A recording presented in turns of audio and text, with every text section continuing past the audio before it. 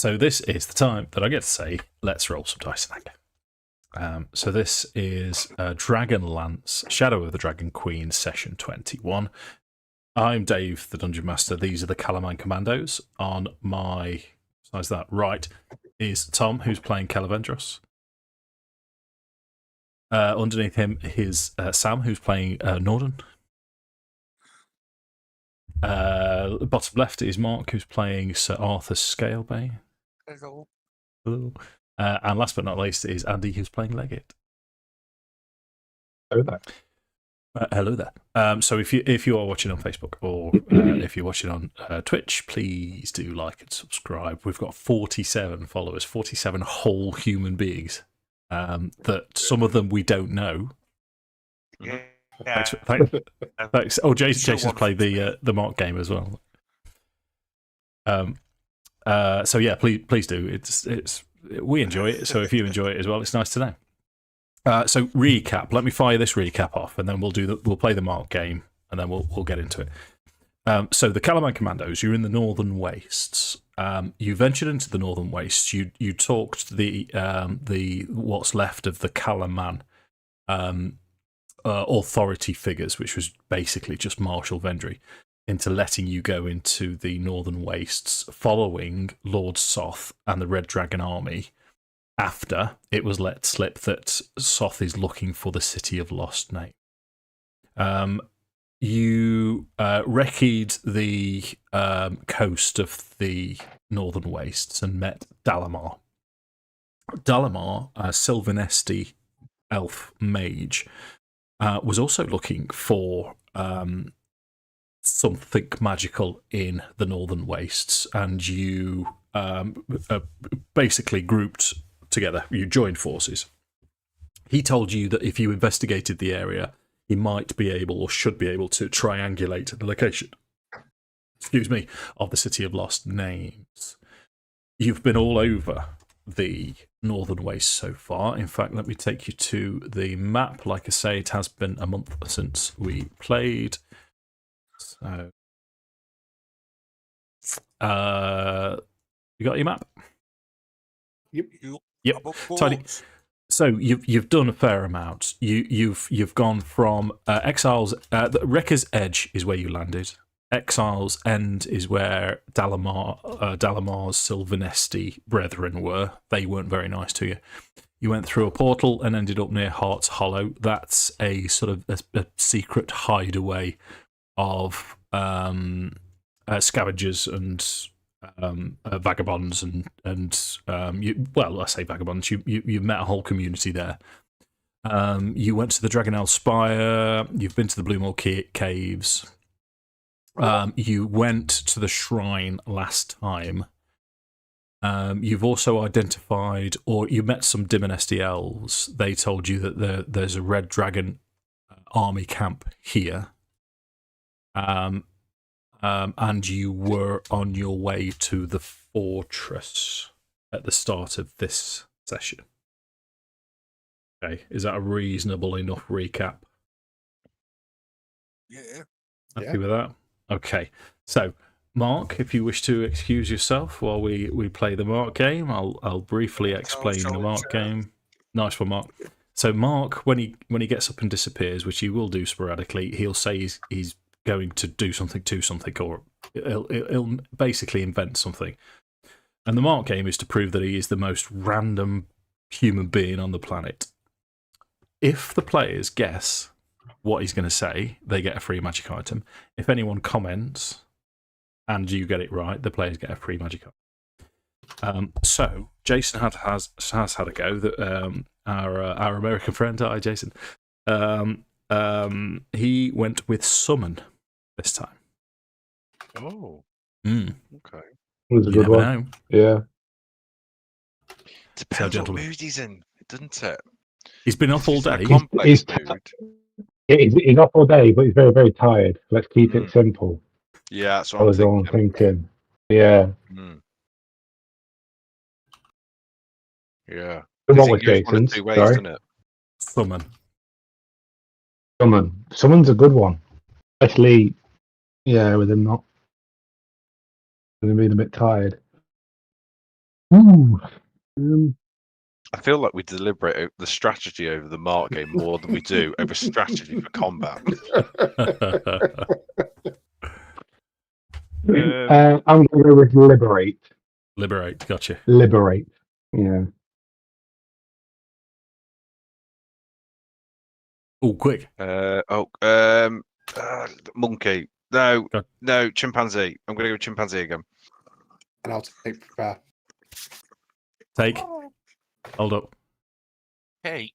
What, Mark, do me a favour. I'll send you a message, mate. I'll 10, send you a message. 10 Mark. seconds. Not long. Go on, Tom. Prepare. Gotcha. He's gone into his own world. He has, Auntie.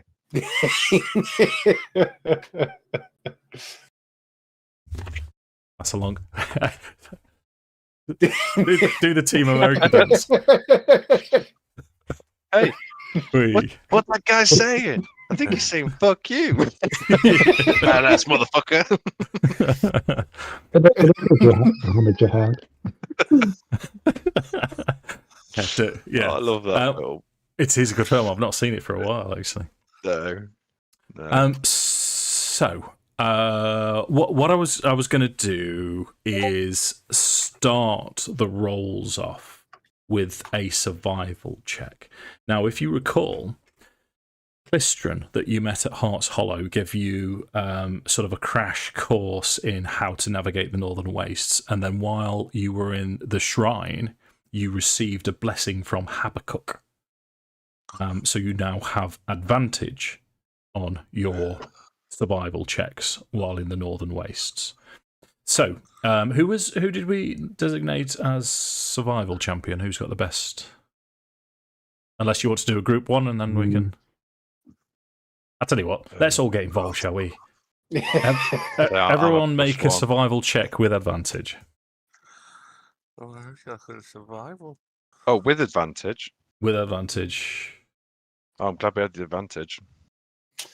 That's a lot of numbers flashing up now. Oh, I saw a 22, 23. 12. My original roll was a natural one. I'm charismatic. I'm not wise. What did you get then, Sam? 12. I did it with a 12, yeah. And so that's 2 12s, a 22 and a 23. Okay, yeah. No, that's enough for me to say that you arrive in the area of the fortress without anything untoward happening. As you start to get closer to the coast, you can it gets to the point where you can see the sea. There are a couple of flash floods that you manage to spot well in advance, and you manage to get onto high ground. As you're getting closer to the east coast of the Northern Wastes, you can see the usual smells and sounds of the sea. But what you notice on the landscape is these tall pillars of they initially from a distance look like unnatural stone rising up, but as you get closer, you can tell that it's wind and eroded stone. It is part and parcel, but these are higher up onto the cliff, so you're well above the flash floods as these spires grow. It's getting closer to night time, so you're a few days travel into this. So with your survival checks, if you all take off 2 rations just for looking around, the rest of it you'll manage to forage. I do have the Outlander feed. I can feed us, I promise. Oh, of course. Yeah, no, I keep forgetting me. Keep reminding me, Tom. You know what I'm like. So it is getting closer to night time, so we'll call it beyond tea time. There's still plenty of light left when you notice amid the natural stone formations of the Northern Wastes, a broken 100-foot spire lies half buried. The massive spire's base and toppled pinnacle would be easy to miss were it not for the excavation site and abandoned tents surrounding them. So other than these spires, you have one spire that is it's the same colour as the rest of the landscape, this sort of red stone covering, but you realise that the stone covering in this case is stone and earth being blown onto a tower, and there is a tower underneath this spire. And the only reason you know that is because of the excavation site around it. You're a distance away, but you cannot see any movement.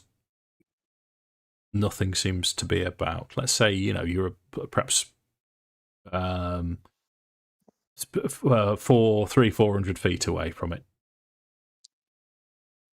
Have you got a familiar, Sam? You have, haven't you? No, I think you can get a tinker. Wrong character. Yeah, wrong character. Yeah, but we did level up, and I debated on what spell I would like to take, and I do have almost the perfect spell for this situation for a quiet recce. One could almost say one would travel unseen. I picked greater invisibility.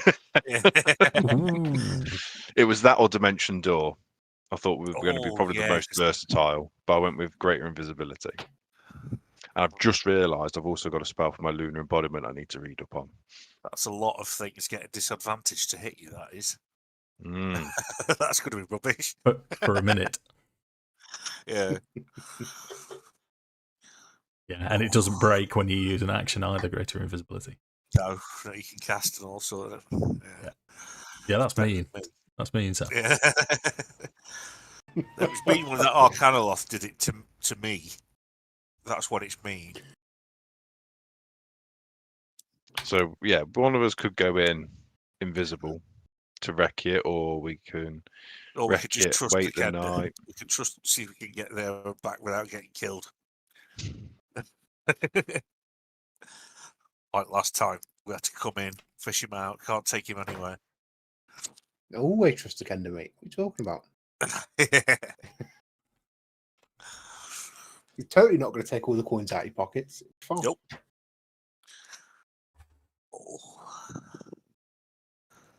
What do you fancy then, chaps?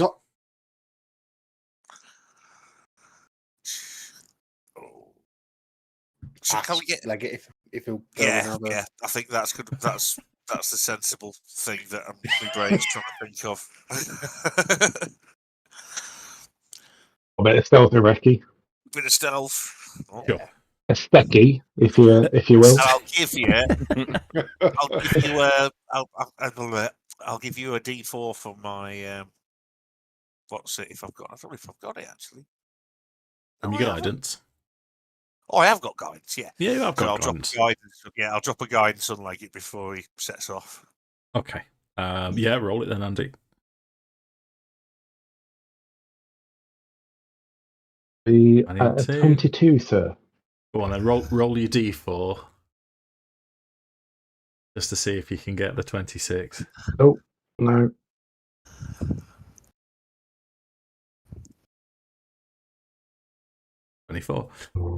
So you see Leggit disappear into the shadows. There's plenty of shadows about this time of night as well.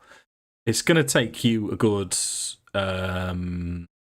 for a full recce, an hour or so to have a look round. So as you get closer to the excavation site, it's completely abandoned. Not only that, it looks like it was abandoned somewhat hastily. There's still equipment around, there's still food on plates. There aren't any campfires, there's nothing to suggest to you that this has been a recent evacuation. But as you continue to look around, two other things stick out. There's all of these tents, equipment lying around. There's plenty of food around. Two things stick out. One is the tower itself. With all of this red dust onto the side, you can only just make out the fact that there are sort of crenellated edges every now and again. There's what looks like entrances, windows. And then sort of next to it, slightly off to one side, you can see a ramp. Let me read you the description. A ramp of packed clay descends from the surface through a gap in the ancient stone wall. It is completely pitch black down the bottom. And Kender, as we discovered, don't have dark vision. He's got my Oh, lamp, dear. though, in case of emergencies that I give him. Yeah, I've got some. Yeah. Well, I broke my orb, didn't I? Yeah. You did. Well, it wasn't even you that broke it, to be fair. It was that Bell Draconian. He was a Bel Mark. You're right. Yes, but I've got the bullseye lantern. Of As soon as the campsite there's nothing going on, I'm going to usher everybody else forward, saying it's safe to come forward. Cool. Okay, so you can all see the I'll- same now. I've only got black. Is that what everyone's got? Is it good to black? Madness. Oh no! Now I've got it. I've got a map of the whole Yeah. shebangle. Like, wicked. Yeah, that's all you've got so far. Yeah. Yeah, I'll kind of move up, kind of sword on the shoulder, but kind of a bit wary. Okay, so you've kind of got two options. Well, you've got plenty of options. You can have a look round the camp itself. You can gather up you look for anything valuable or anything useful. You've got the tower, or you've got the ramp going down. Shall we start at the bottom? I don't mind. Just from observing it from outside, the tower. Expecting, does it look like there's anything going on inside the tower? Does it look like there's any recent activity around it at all? Give me a survival check. Research. 12. 12. You can see tracks. They don't look particularly fresh or new. You, with a 12, you'd spot human-sized tracks. Not necessarily. So boots, booted footprints. With a 12, I'll tell you that there are other clawed tracks. You think Draconians. Your mind automatically leaps to Draconians, and you do see other larger tracks that you've seen. Sivak are the larger Draconians. It could possibly be that. You're not entirely sure though with a 12, but you think humanoids and Draconians possibly. Okay. So I'd obviously disclose this to the rest of the group. Right. No. Yeah, but the tower itself, that seems to be sealed. The excavation goes down. No one seems to have done much with the actual going up business. Okay.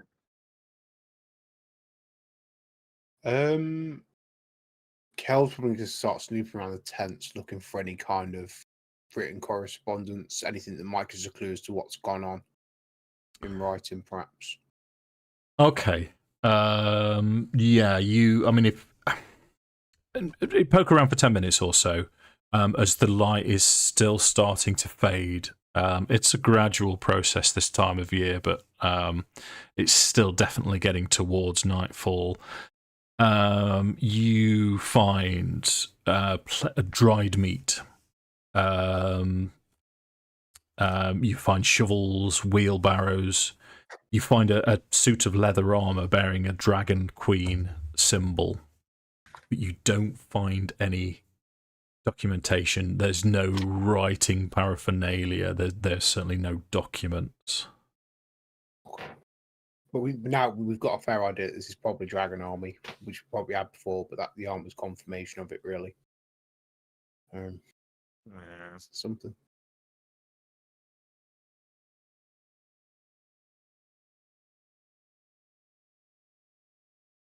Do the footprints lead out of camp or into the hole?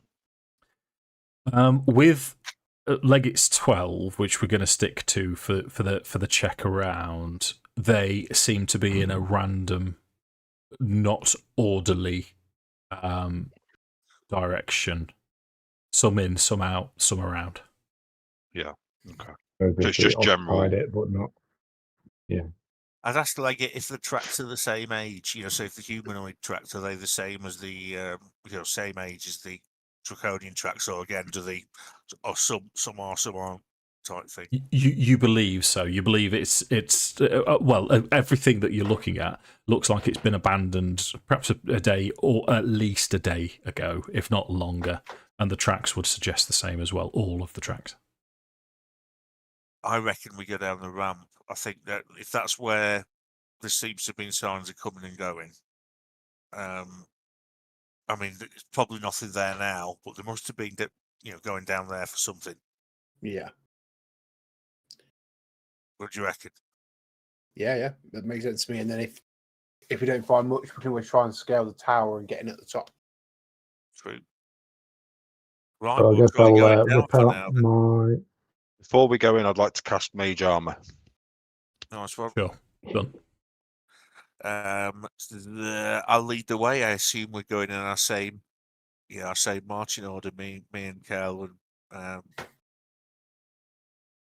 the ranged stealth boys at the back.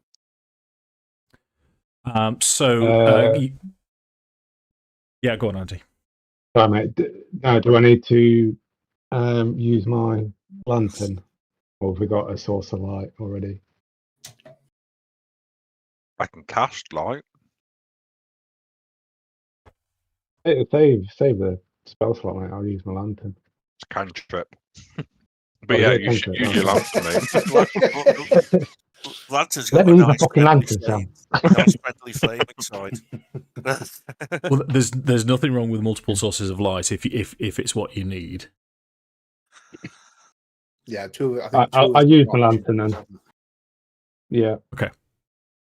Yeah, I I'll get put light, light on my but- shield as well as an extra light source, just so it's nice and bright. So that's the light spell, Mark. Yeah. Yeah, the light cantrip. Okay. Gotcha. And you're doing the same, Sam.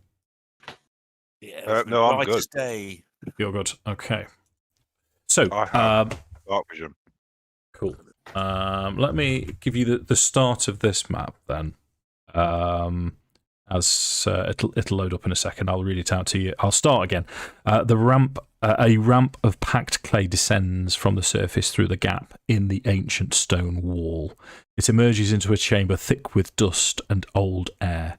Atop a low dais. So if I just take you, I'm just going to take Arthas in to the actual chamber. And that's as far as I'm going to leave you for now. Atop a low dais to the north stands an altar carved with candle sconces, a shallow basin, and stylized flames. To the south, a spiral stairway descends downwards.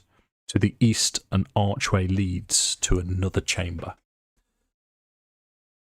I'll give myself a D4 and make a religion check, see if I recognise the altar, if that's all right. Oh, of course it is, Mark. Yeah. Right, okay, so this is the check, D20 plus... So that's a dirty 20. Dirty 20. Love the Yeah, dirty 20. well done, Mark.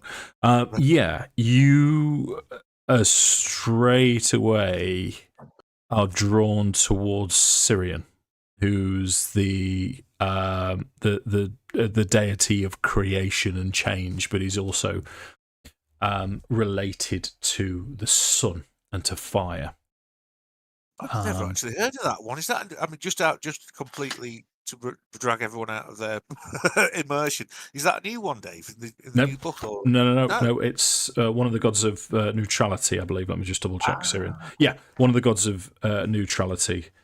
So passionate and impulsive, Syrian is the god of alchemy, transformation, serendipitous creation, and flames. He embodies momentary excitement, flaring quickly into fiery passion, and so basically he's the Italian god. Yeah, the Lagunini. Yeah, so Well, like, I'll relay this to the others, just in case the other didn't know. So it's not an evil altar, but it's not a good one either. So there's no need for us to desecrate it. But yeah, just be careful anyway. yeah. So you would recognise that there's a couple of things starting to make sense to you now with your dirty 20. Is this altar seems to be an old functional altar, and it's almost as if the setup of it is to release some kind of liquid from the flame insignia. It looks like there's a funnel and then a bowl to collect the liquid. And then you're thinking about Syrian, and you're thinking about the tower, and you remember at the top of the tower what looks like, caked in this red dirt and clay, is a flame, and you suspect that the top of the tower is worshipping, quite simply, the sun, which fits with Syrians. Right. Old deal. Okay. I'll relay any of that. Yep. To everybody else. So we've got options, haven't we? We've got the staircase. Did you say that goes up the spiral staircase, Dave? No, it goes down. Goes down, and what's straight in front? I'll have a look. I'll just move over. Oh no! Whoa! No, Mark, make it steady. Yeah, you're fine, Sam. You'll be able to catch up, mate. I'm not sticking to the tokens yet. You know how it works. If anything bad's going to happen to me, it may as well be me. Because I'm pretty nailed. You're basically impossible to hit. I'm looking forward to testing that theory. So through the east, you can see battered bed frames and straw mattresses cluttered into the room, interspersed with fragments of rotted and ragged clothing. Similarly to above, it seems to have been hastily abandoned. No signs of movement. My theory so far is that the priests or the monks or whatever it was of the the neutral guys have done one when the dragon army have arrived. What could they have wanted from here? And are they still around? Hang on, Mark. Would they have though? Because does this look pre-cataclysm to us, Dave? Good point. It must be. Thinking logically, it must be, mustn't it? Because the cataclysm happened, all the gods disappeared. Yeah. So this wouldn't have been occupied, would it? Yeah. What I was thinking of asking for a roll, but I'm not going to. This is pre-cataclysmic, and the fact that it was all caked in clay and sand and mud up against it, and specifically, this is an excavation site. So this has been dug into. Would you lead you to believe? Yeah. So no, Mark. It's not abandoned recently. It's almost as if it was discovered recently and then re-abandoned. Yeah, so something bad happened a long time ago. Yeah, possibly the cataclysm. Yeah. Or something else. Actually, yeah, we know that happened, and that wasn't very nice, apparently, from what I've heard about it. So probably that. So in that case, I think we should. Is there any? There's no other exits from here, is there, except the stairs and the one we've come in? Are there any books or manuscripts or anything left in that room, Dave? No. The room that Cal's just entered is. Just give me a perception check while you've entered it, then. Sure. That's an 11. 11. My terrible dice rolling continues, like the third session in a row. Oh. Okay, no, that's okay. Because you do notice that there's no manuscripts, there's no form of literature in here. But as the rest of you are sort of debating, if I may, Tom, as Kel's sort of having a poke around, you do notice a couple of things. You do notice there's a glint from the bullseye lantern as it passes over, and you see this sort of blue shine all of a sudden. And as you lean down, you can see a blue pearl, the value of which would possibly be about 150 gold. Not only that, you've seen similar, in fact, you own similar blue pearls. This is a Dimonesti pearl.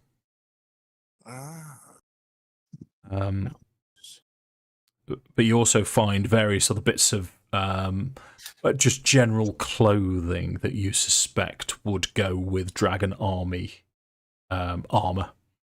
And bizarrely, 2 sets of manacles as well. Does the place show you? You've said we know there's clay and stuff, and debris. Does it look like it used to be underwater, or is No. there no way to? No. No, I'll give you that for free. This because the Dynasty elves hadn't looked into this place because it was too high on the cliffs, so they have no knowledge of this. Not So only that, go on, Mark. Yep. I was going to say something must have then brought the pearl. Something else must have brought the pearl here then.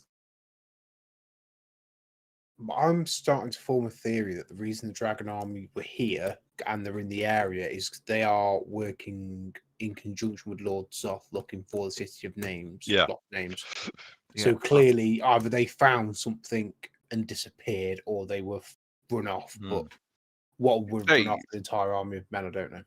You say we found, so inside in this room, we've found some manacles and some clothing befitting of Dragon Army. Correct. Where the clothing is there any like blood, any piles of dust to it? Do you indicate that a body may have also been there? Or is it just armor? I know there's a roll coming. So I thought if I get it all out there, you'll know which one to tell me to roll. Like, do you know where I'm coming from? Like, are we just finding a bit of clothing, or are we going, hang on a minute, there should be a body here as well, and there's blood on the floor or something? Give me an investigation. Yeah. Then, please. I thought that's where this was going. 22. Nice. No. What you're finding is what you've seen so far. It's been hastily abandoned, but this seems to have been a sleeping quarter. With a 22, what I will tell you is it looks like it was hastily abandoned, and then at some point later, it's been trashed. Oh. But the fact that there's a pearl on the floor, there's manacles, there's bits of clothing would suggest to you that they weren't necessarily after anything of value. It was just a random act of violence to break things up, almost as if a giant baby's had a tantrum in this room. I swear I haven't been here before.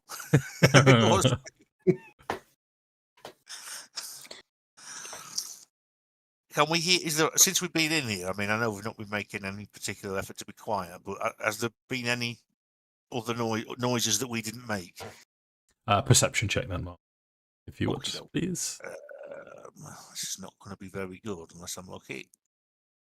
15. 15 is reasonable, Mark, but no, you've not heard anything. Yeah. Right. Is there any more looking at the altar we can do, or have we got all the information about that?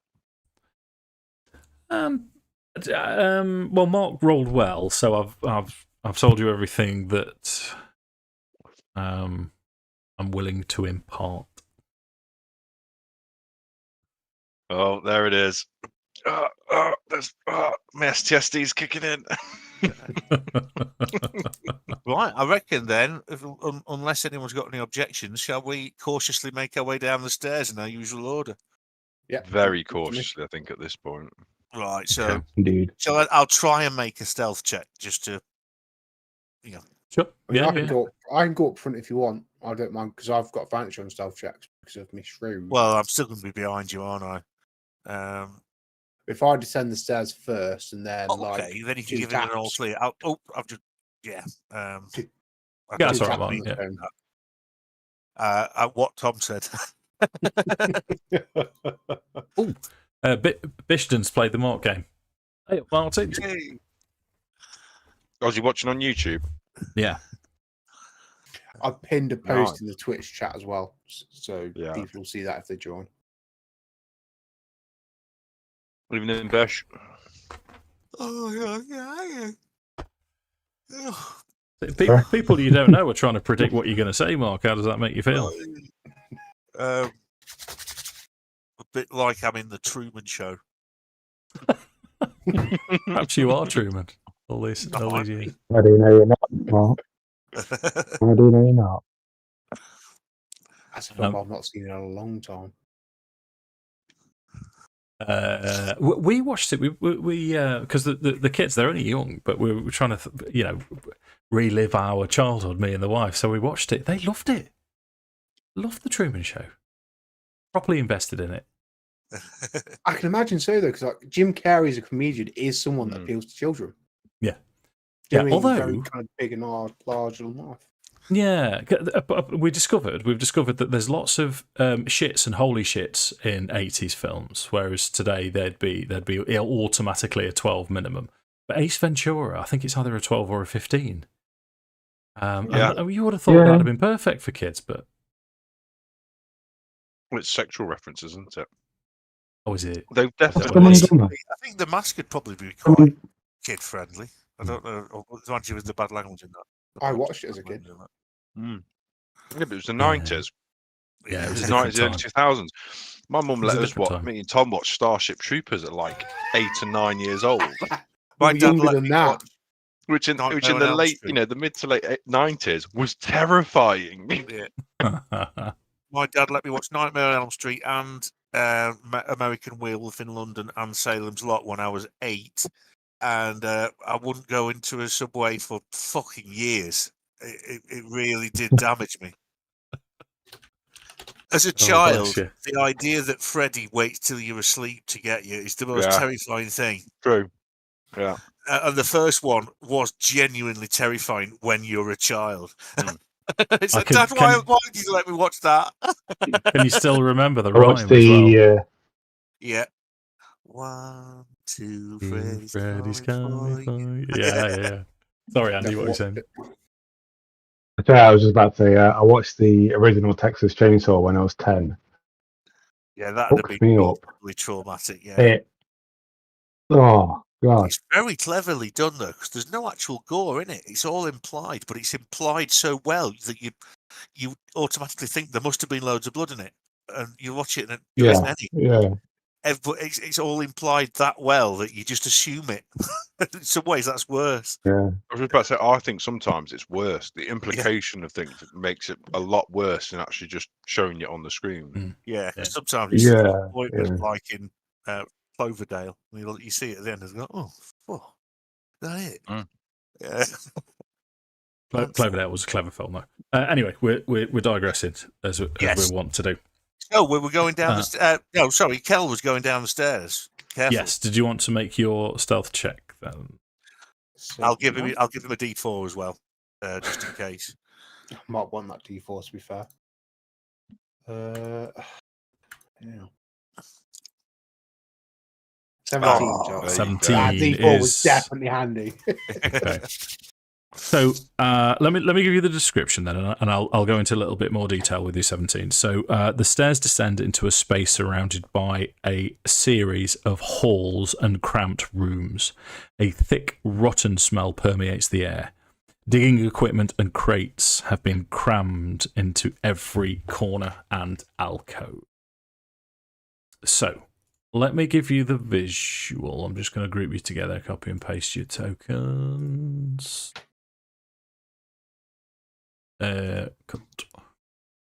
Rewire me like dependent resistor. I shall be back. What did he say? Rewire my light dependent resistor. No one's getting that, are they? But Rewire. it is on the simpler scale. Yeah. I'm not learning new words Right, yet. yeah. He's been off all day. Uh, He's joined yawning, so yeah, don't go. I think because Martin's gone with chicken. Now that he's gone, we can announce that. And Jason with summon. I mean, to be fair, none of you have gone overly exuberant. Chimp, prepare, liberate, chicken, and summon. We've got. You never know. So, Tom, as you're descending, there's more. There's sort of what would you call it? Masonry equipment or workman's tools spread around. You can tell that. Remind yourself of. Behind these are sort of partition walls, And as you descend, you get a vague impression that there's a space going all the way round the outside here. But you're peering into darkness. This is because you're using your dark vision to do this, but you can't actually see as far as if you had, or about the same as you had light, but it's all dim. Yeah. You're aware of the fact that there doesn't appear to be any movement.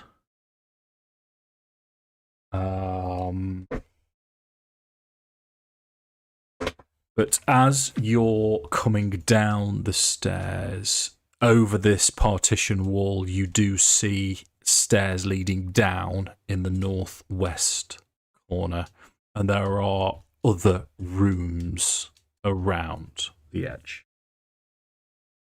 Okay, so Cal will tap the stairs twice with his sword, just so, which is the signal that they're cleared to come down. Right, well, But he isn't I'll going be to next down. vocalise, just in case there's something he hasn't seen or heard. Okay, sure.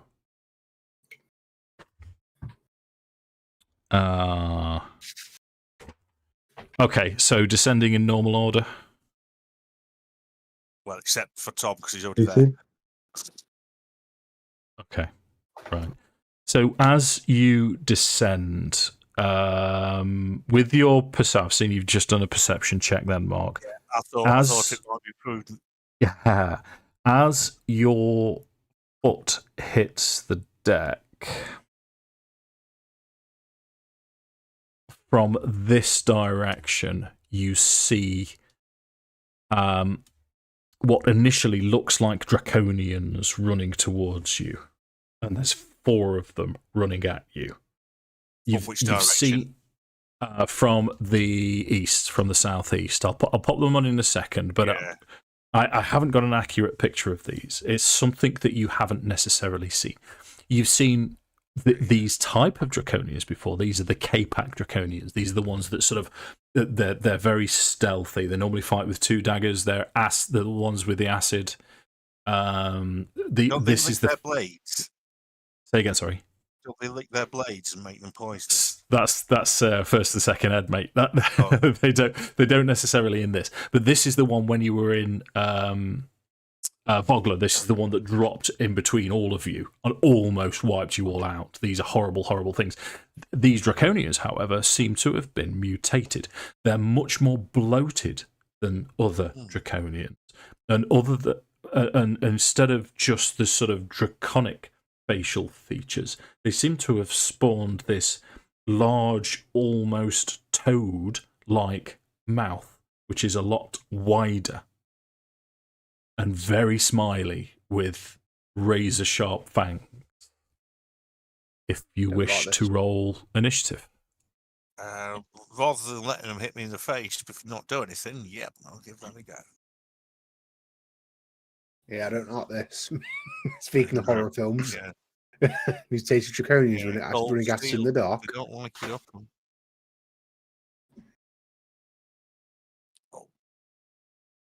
Okay. So like I say, these are just a K-Pack draconian, so you have to imagine this toad-like visage. So these are distinctly not the same as the K-Packs that we've seen or that we've seen in the past. There's something weird about them. Yeah. Right. Yeah. What I'm going to say then, I'll make them all visible to you. As you've descended, 2 are coming from the east and 2 are coming from the north. You hear them before you see them. So what we'll say, I'm just going to swap you round. So, Arthas, you've just hit the deck. The rest of you, this balcony, you can jump over it. You can. I mean, Kel, you'll be able to vault over that and charge north, no problem. Who was coming last?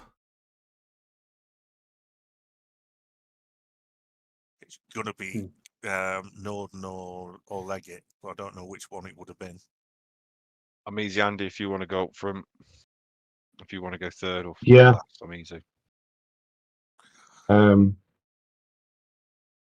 Yeah, I'll go in front. Yeah, you Okay. go third. Right. So, Nordan, you're up the top. So, you're sort of at least 10, possibly 15 feet up. So, to drop over the side is going to take a bit of a feat for you. Leggit being nimble, as long as you climb down, you would be able to do it, but I'd take 5 feet of movement off you to get down the other side, just so you know where we are. Because, Mr. Johnson, Leggit is the first to react. You can see just coming through this gap here. In fact, I'm going to move them because there's two of them. You can see bloated Draconian C and D are about to charge your position as you get to go first. Okie dokie. So I'm gonna scurry on down, I think. Okay, and so that's where's- 5 to get where's- over the edge. Yeah. Yeah, And then that's 5, 10. That's about 15 then. yeah, we'll call it Yeah. 15. Okay. Where's Draconian B? Draconian B's just behind that one. You say there was a D as well, C and D that was about to charge, Yeah. or A and B. Yes, D's at the top. So you got A, B, and then C and. And which you said A and B were about to charge. Yes. Yeah. They're Okay. all charging. So They're I'm all gonna charging at you. Roll charge. Yeah, no worries. I'm going to cast Sleep at third level Wow. Nice. on A and B. Okay. I need to Okay. roll Shit ton of dice. 78. He's done the cricket. It would be. I like cricket sounds. I find them really relaxing. Isn't it? I want to say it's an extra 78. 2. I want to say it's an extra 2d8, mate. Yeah, it's 5. It's 5 normally, isn't it? But on higher level, it's an extra 2d8. So you're casting it at second level. Third level. So is that 9d8? Yeah. Okay, cool. Do it. Send it. 43. Oh, God, you're getting Not tough all. now, aren't you? Let me just Not double all. check. Obviously. Okay. Right. Where was your center point for this? I know you said A and B. It'd be right between the two. Right. Okay. Roll a D4 for me then, mate. If you roll a 1 or 2, it's A.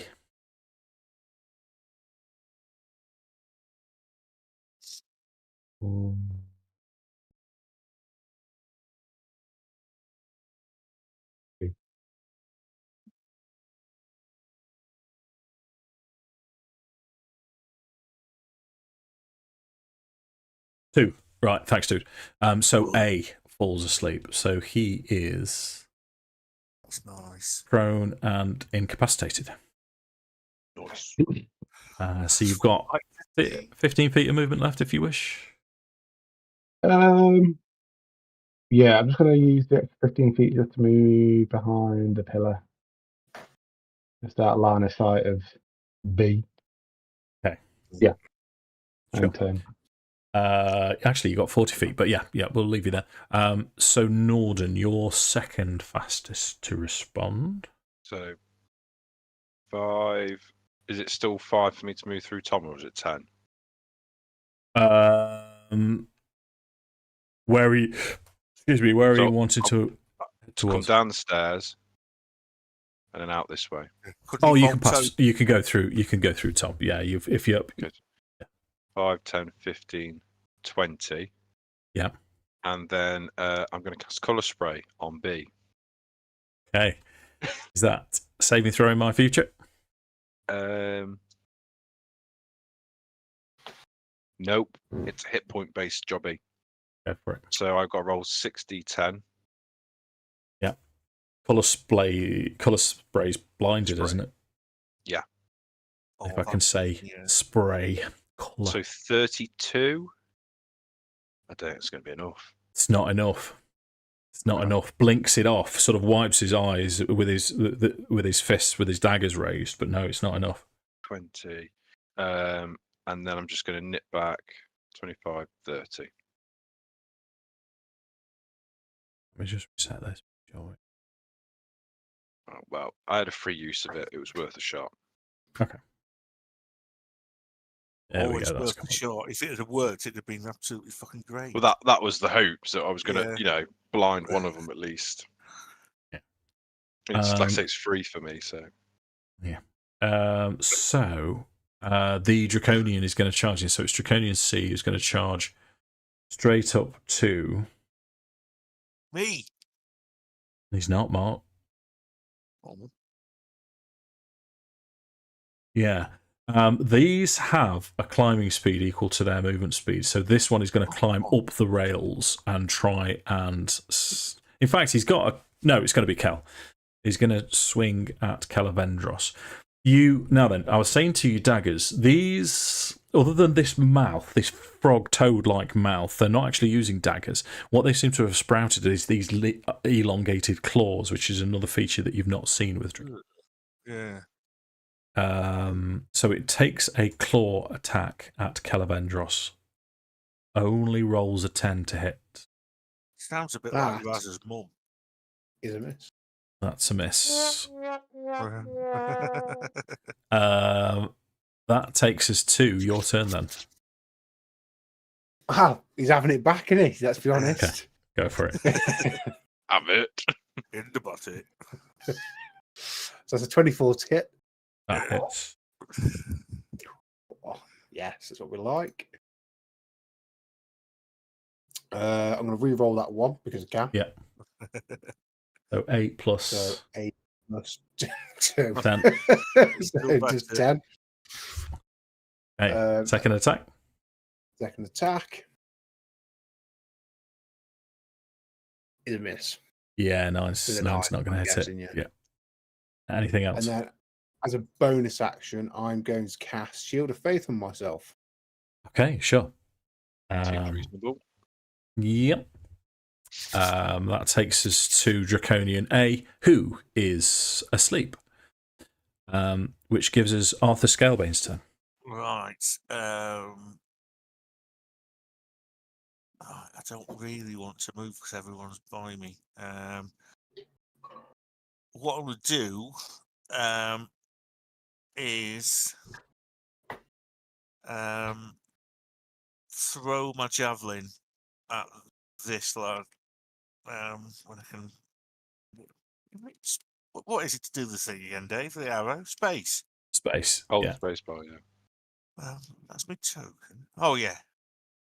I'll javelin him. Sure. Yeah, I just don't want to be. I don't want to be away from everyone. Okay. At this point. So you're next to someone, so throwing would be that normally makes at disadvantage, but you're throwing at someone who's prone. So you can have a normal roll if you wish. He's not asleep, is he? This one. Yes. He's not the one. Oh, he is. And that. Sorry, I'm behind him then. Massive. So in which case it is a roll at a disadvantage. Oh God. In which I love case, Dave's I'm- grin then. Like, Yeah. what you mean, Tom having coronaries? Like, Yeah, I'm not oh, gonna what are do you any- doing? Yeah, I'm not doing that. I'm going to hold my action, which will be a cantrip, which I can do. It'll be Booming Blade, and I'm holding it. The condition being someone comes near me. There is Gotcha. someone behind you. No, I think I know what he's going for here, Tom. Yeah, okay. I think I can see what he's going for. Okay. So, So I'm that gonna takes see if us. anything comes near us. Sure. That takes us to Draconian B.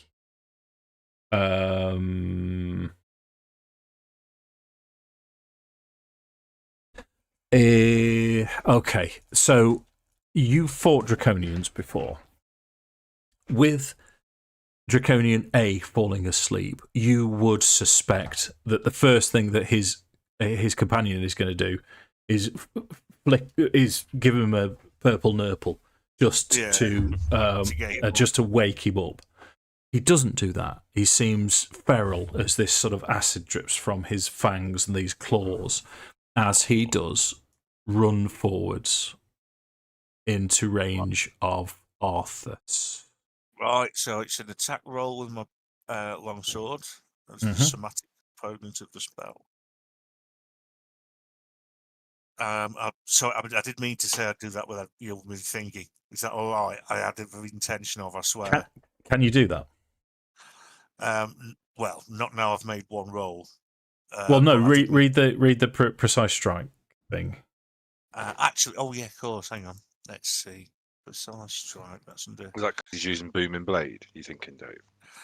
Well, no, I don't know if it's a held action. Oh. I don't know if that makes any difference. So because this, strictly speaking, is a reaction. Yeah. Oh, for fuck's sake! I'm trying to got racial traits. No. Warcaster. No. Awesome.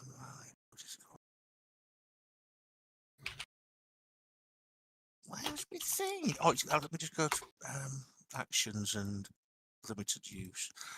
Right, not bolstering rally, not second wind. Oh, action search. Oh, I'm so sorry. When you make a weapon attack roll against a creature, you can expend one superiority die. Is that it? It's not the superiority die, no, but it's once per turn when you make a weapon attack against a creature. So okay. I should suggest I can do it. Oh, if that's all right, then. Yeah, so roll again then. Roll that again. Come on, son. I've moved D into position where he's going to go because. Oh, I am being such a potato. You're a bit potatoey tonight, Mark. I am quite potatoey. I'm very sorry. Here we go again. So this is my second attempt. Oh. 15 is exactly what you need to hit him. Oh, wait. And for the record, there's no wrong with potatoes, mate. Don't worry about it. Yeah. I'm a fan of a hash brown. Yeah, I am a hash brown fan. I don't like necessarily think they're particularly breakfast. They don't feel breakfasty to me, but they do taste good. I wouldn't say no if someone served one up on my breakfast plate. No, right? exactly. If there's egg to dunk them in, or tomato juice, it's got right. To be done. So this is intriguing now. So you've got a D8 booming blade. You've got a D8 precise strike. You've got a D8 for your natural attack plus your strength, I believe. It's going to be 3D8 plus. What's the actions? 5. Okay. So here we go.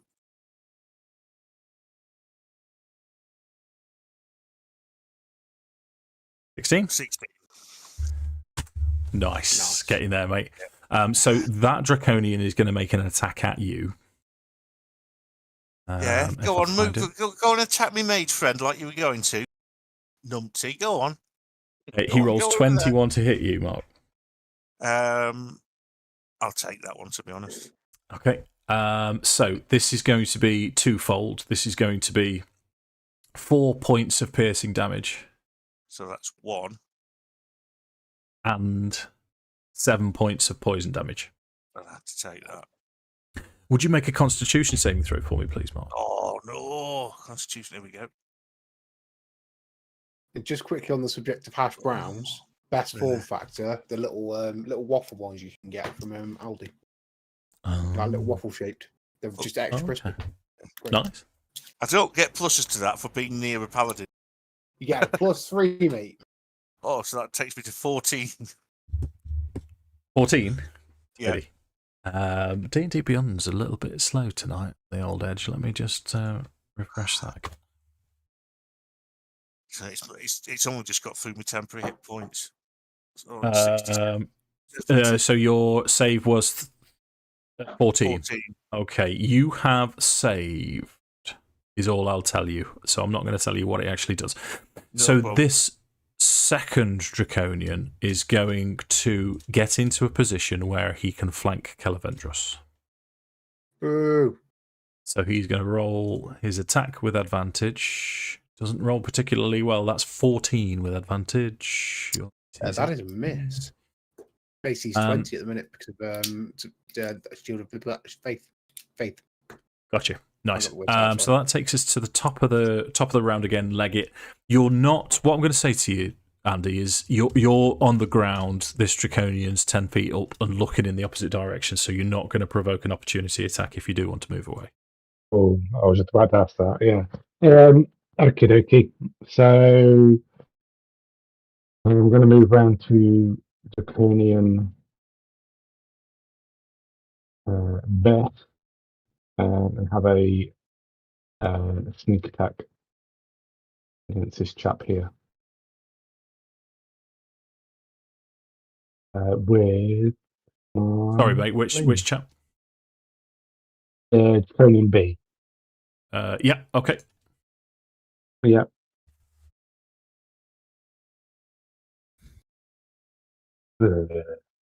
Not enough. Misses. Okie dokie.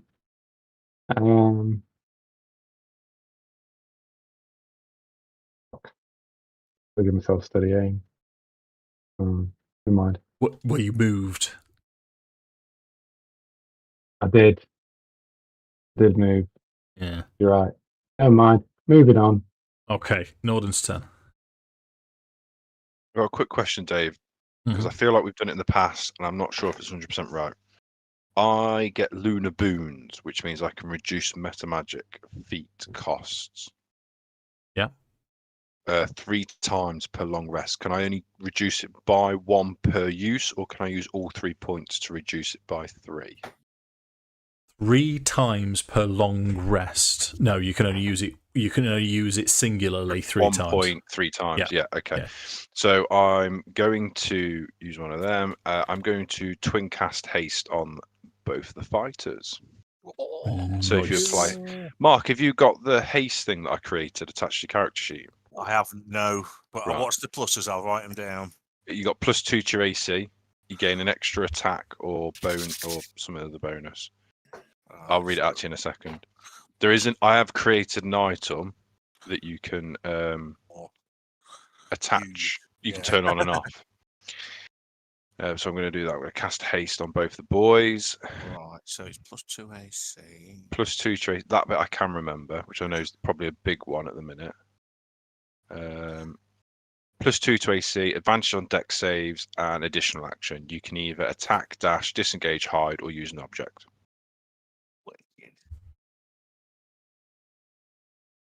I'm So I now can't cast a spell. concentrating. I'm concentrating that lasts a minute. Okay, cool. Right, Mark, in your inventory, you've got a haste ring. So if you click that, it'll apply the AC bonus and stuff. So I've equipped it for you. Remember, after the combat or after the haste has gone, to unequip it. It's still AC is only 21 still. Just refresh, mate. It'll come up. That'll be more. Anything else from you then, Sam? Yeah, I'm going to step back, Dave. Sorry. Okay. That bit. Stay near me. Just going to. Yeah. No, I'm going to let the Kender take the hits. Okay, so bloated Draconian C, who is also flanking Kelevendros. Are you hiding behind a Kender? Yep. You're effectively hiding behind a child. Yep. I saw a meme on Facebook earlier of, is it a horse rider coming off a horse, I think it was, and as he was coming into the crowd, a bloke grabbed a ginger child and pulled it across the front of him. And that's sort of, imagine what I've just done. I've just picked up Leggit and put him in front of me. Nice. I'm a terrible person. That's 21 to hit Kelevendros. Not with haste, it's a miss. I'm now Yeah. AC 22. Cal's turn. 3 attacks. So, yeah, he's having it back. Full bore. Right. Okay, go on then. First one is a 26 to hit. Yeah. Yeah, 19 on the die.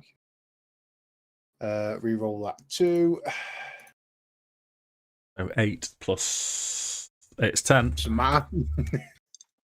Okay. Second attack. 18 to hit. 18 hits. 14 slashing damage. Nice. Gonna need your last attack. Yeah. Attack number 3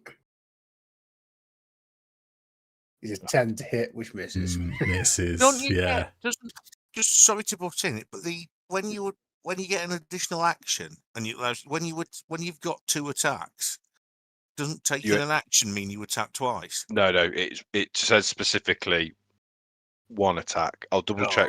I'm pretty sure it very specifically says it does. 1 That'd to stop that from happening. Yeah, because it is a bit Kong, but It is. So that's bloated Draconian A. one He's still weapon attack, taken out of the fight because he's asleep, but it does take us to Arthas Scalebane. Sir Arthas Scalebane. right. So this one that's just attacked Kel. Yeah.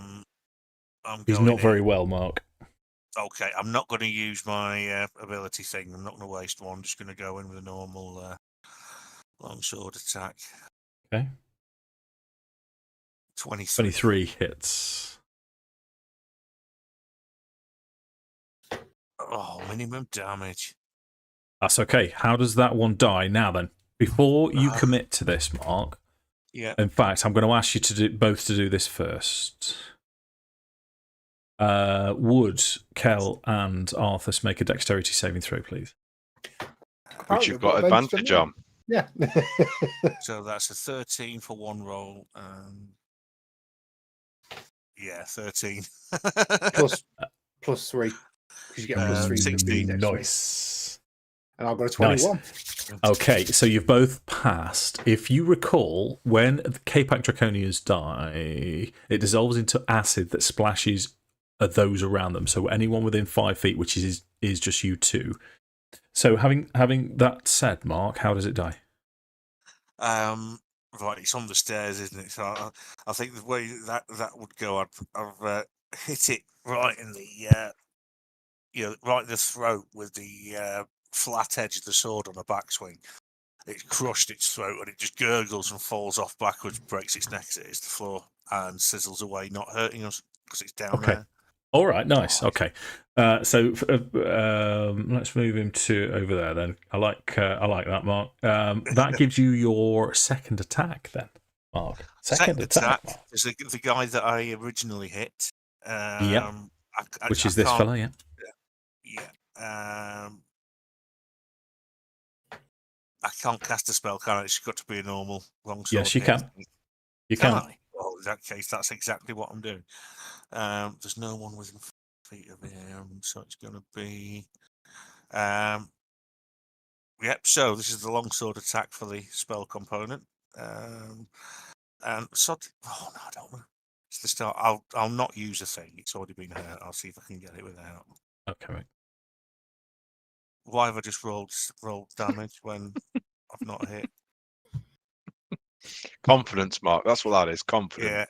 Yeah. So 24 hits, yeah. So. Are you keeping your 12 damage? If that's okay. Yeah, I thought you might. Did you say Booming Blade as well? So it's an extra D8 on top of the 12. D8, yeah. So roll that. Wait, Booming Blade doesn't apply yet. Oh. It does, because he's above level 5. 13. Oh. Yeah, I had to double check that a lot to make sure it was point. Yeah. Yeah, you're gonna be nasty with Tinker soon, mate. Yeah. Right, bloated Draconian. He's going to try and hit you back, Mark. This is a near impossible task. He rolls 19. Nope. So D, the one on Kelevendros, is going to attack Kel. He rolls well, 23. That hits. Okay. Right, I'll ask him, Dave. I've been thinking about how to do this, and the fair way I can think about it, because you don't do it unless he gets hit. So that means you already have to roll with advantage. So the way I was going to say to play it, if it was all right with you, is if it cancels out the second roll. So he has to go with the one that hit first. That was a normal hit. That wasn't with advantage, so you can just use your reaction to. In that case, I'll just make you re-roll it then. Sorry. Okay, yeah. The second roll is in 11. Yeah. That makes him horrible. You boys are getting pretty tough. So Leggit's turn. Come on, Johnson. 8. Bonus action, steady aim, and firebolt with sneak attack against Draconian B. Go on then. He's damaged. And you do. Sorry. Montage. Fuck's sake. Thanks for coming, mate. Poorly. Nordan's turn. Thanks for coming. See you later. It's nice to know you're in. I might play this game. I'm going to throw a firebolt at Draconian B. Go for it. That's a 19 to hit. That hits, mate. Well done. 11 points of fire damage. Okay, so you know how these things die. How do you want to take that one down? I think Nordan's probably shown off a little bit, so maybe he thinks it's going to be an accurate shot. It's really not, and probably just slams him in the chest or something. He was like aiming for a headshot to show off. Okay. Turns, splashes acid over Arthas, though. Do I still get advantage on this? Yep. Yep, You and +3. And +3, yeah. Wicked. Right, here we go. Fingers crossed. I Oh, think yeah, you've you're got to be within, concentrating like, 10 some, aren't you? feet of me. Yeah, I am that's, concentrating, yeah. that's a pass, with, I imagine, I hope, with the 19. Yes, mate, yeah. So you're both concentrating. So that takes us... anything else from you then, Sam? Probably just dance around Leggit a little bit. Obviously, I'm aware I need to stay close to the guys. Oh!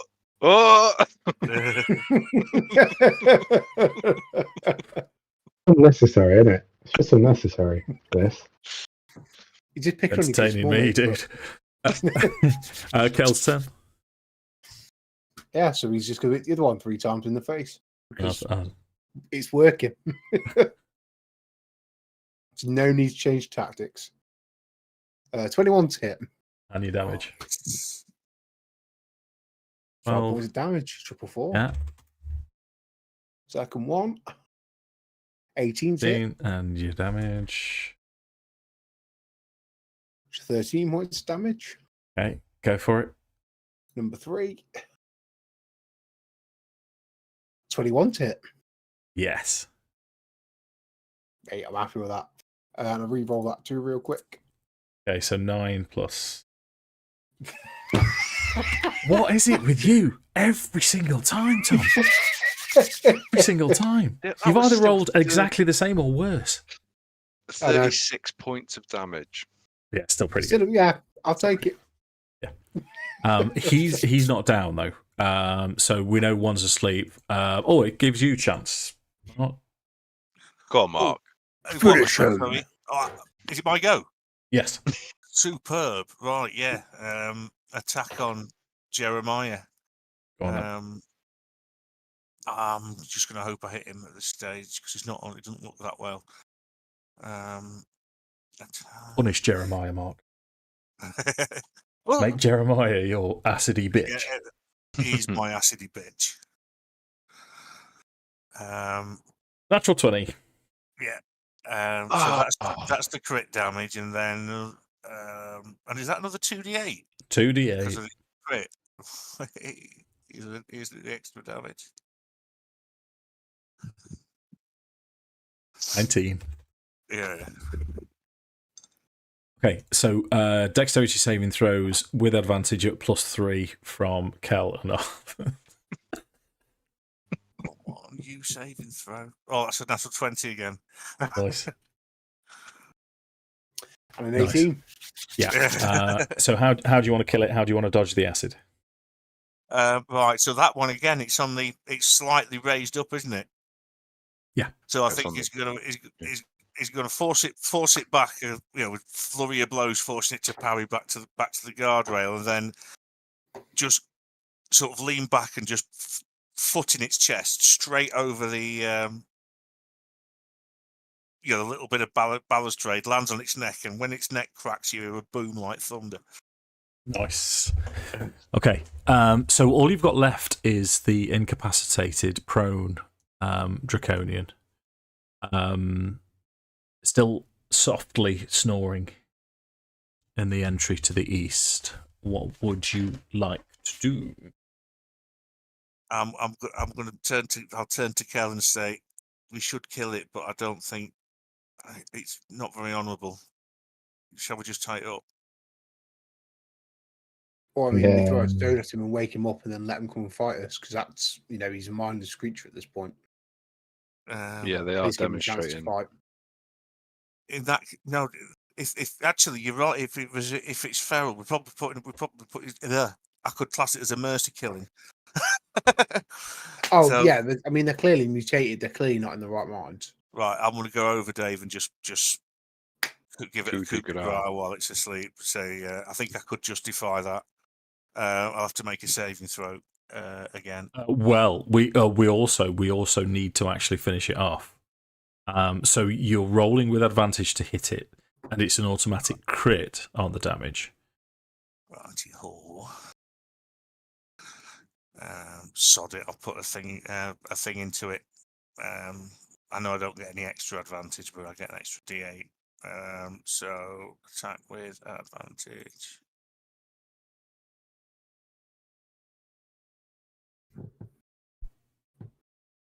Um, 15 only just hits. So let's work this out. So you've got 2d8 for Booming Blade, 2d8 for Precise Strike. So that's 4d8. That's 68 plus 5. right, so here comes the 68. It's all about the dice and anger, Mark.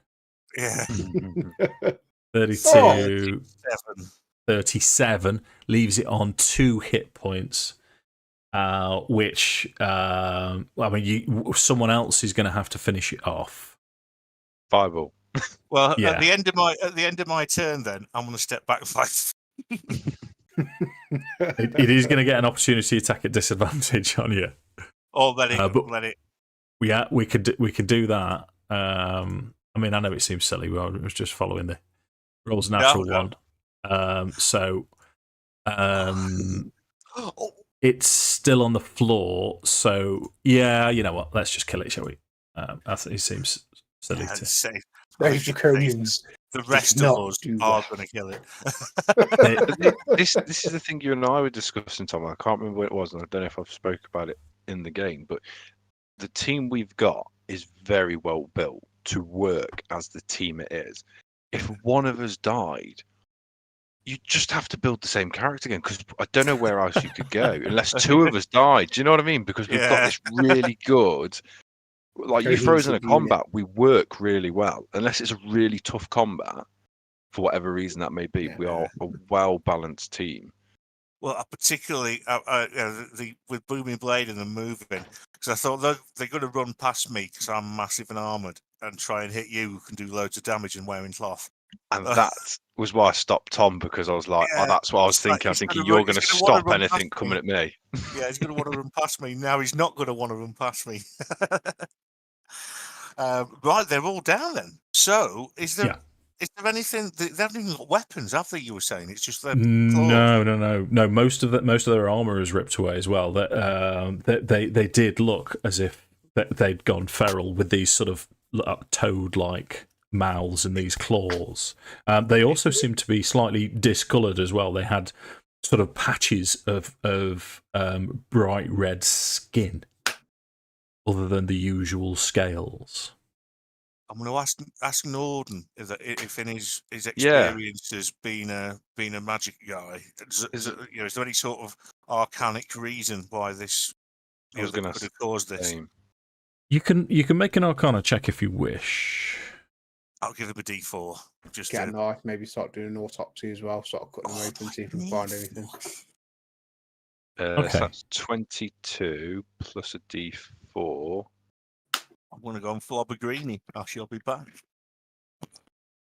So that's 24, Dave. We need to remind Mark when he comes back, you need to take your haste off, Tom. Got you. Okay.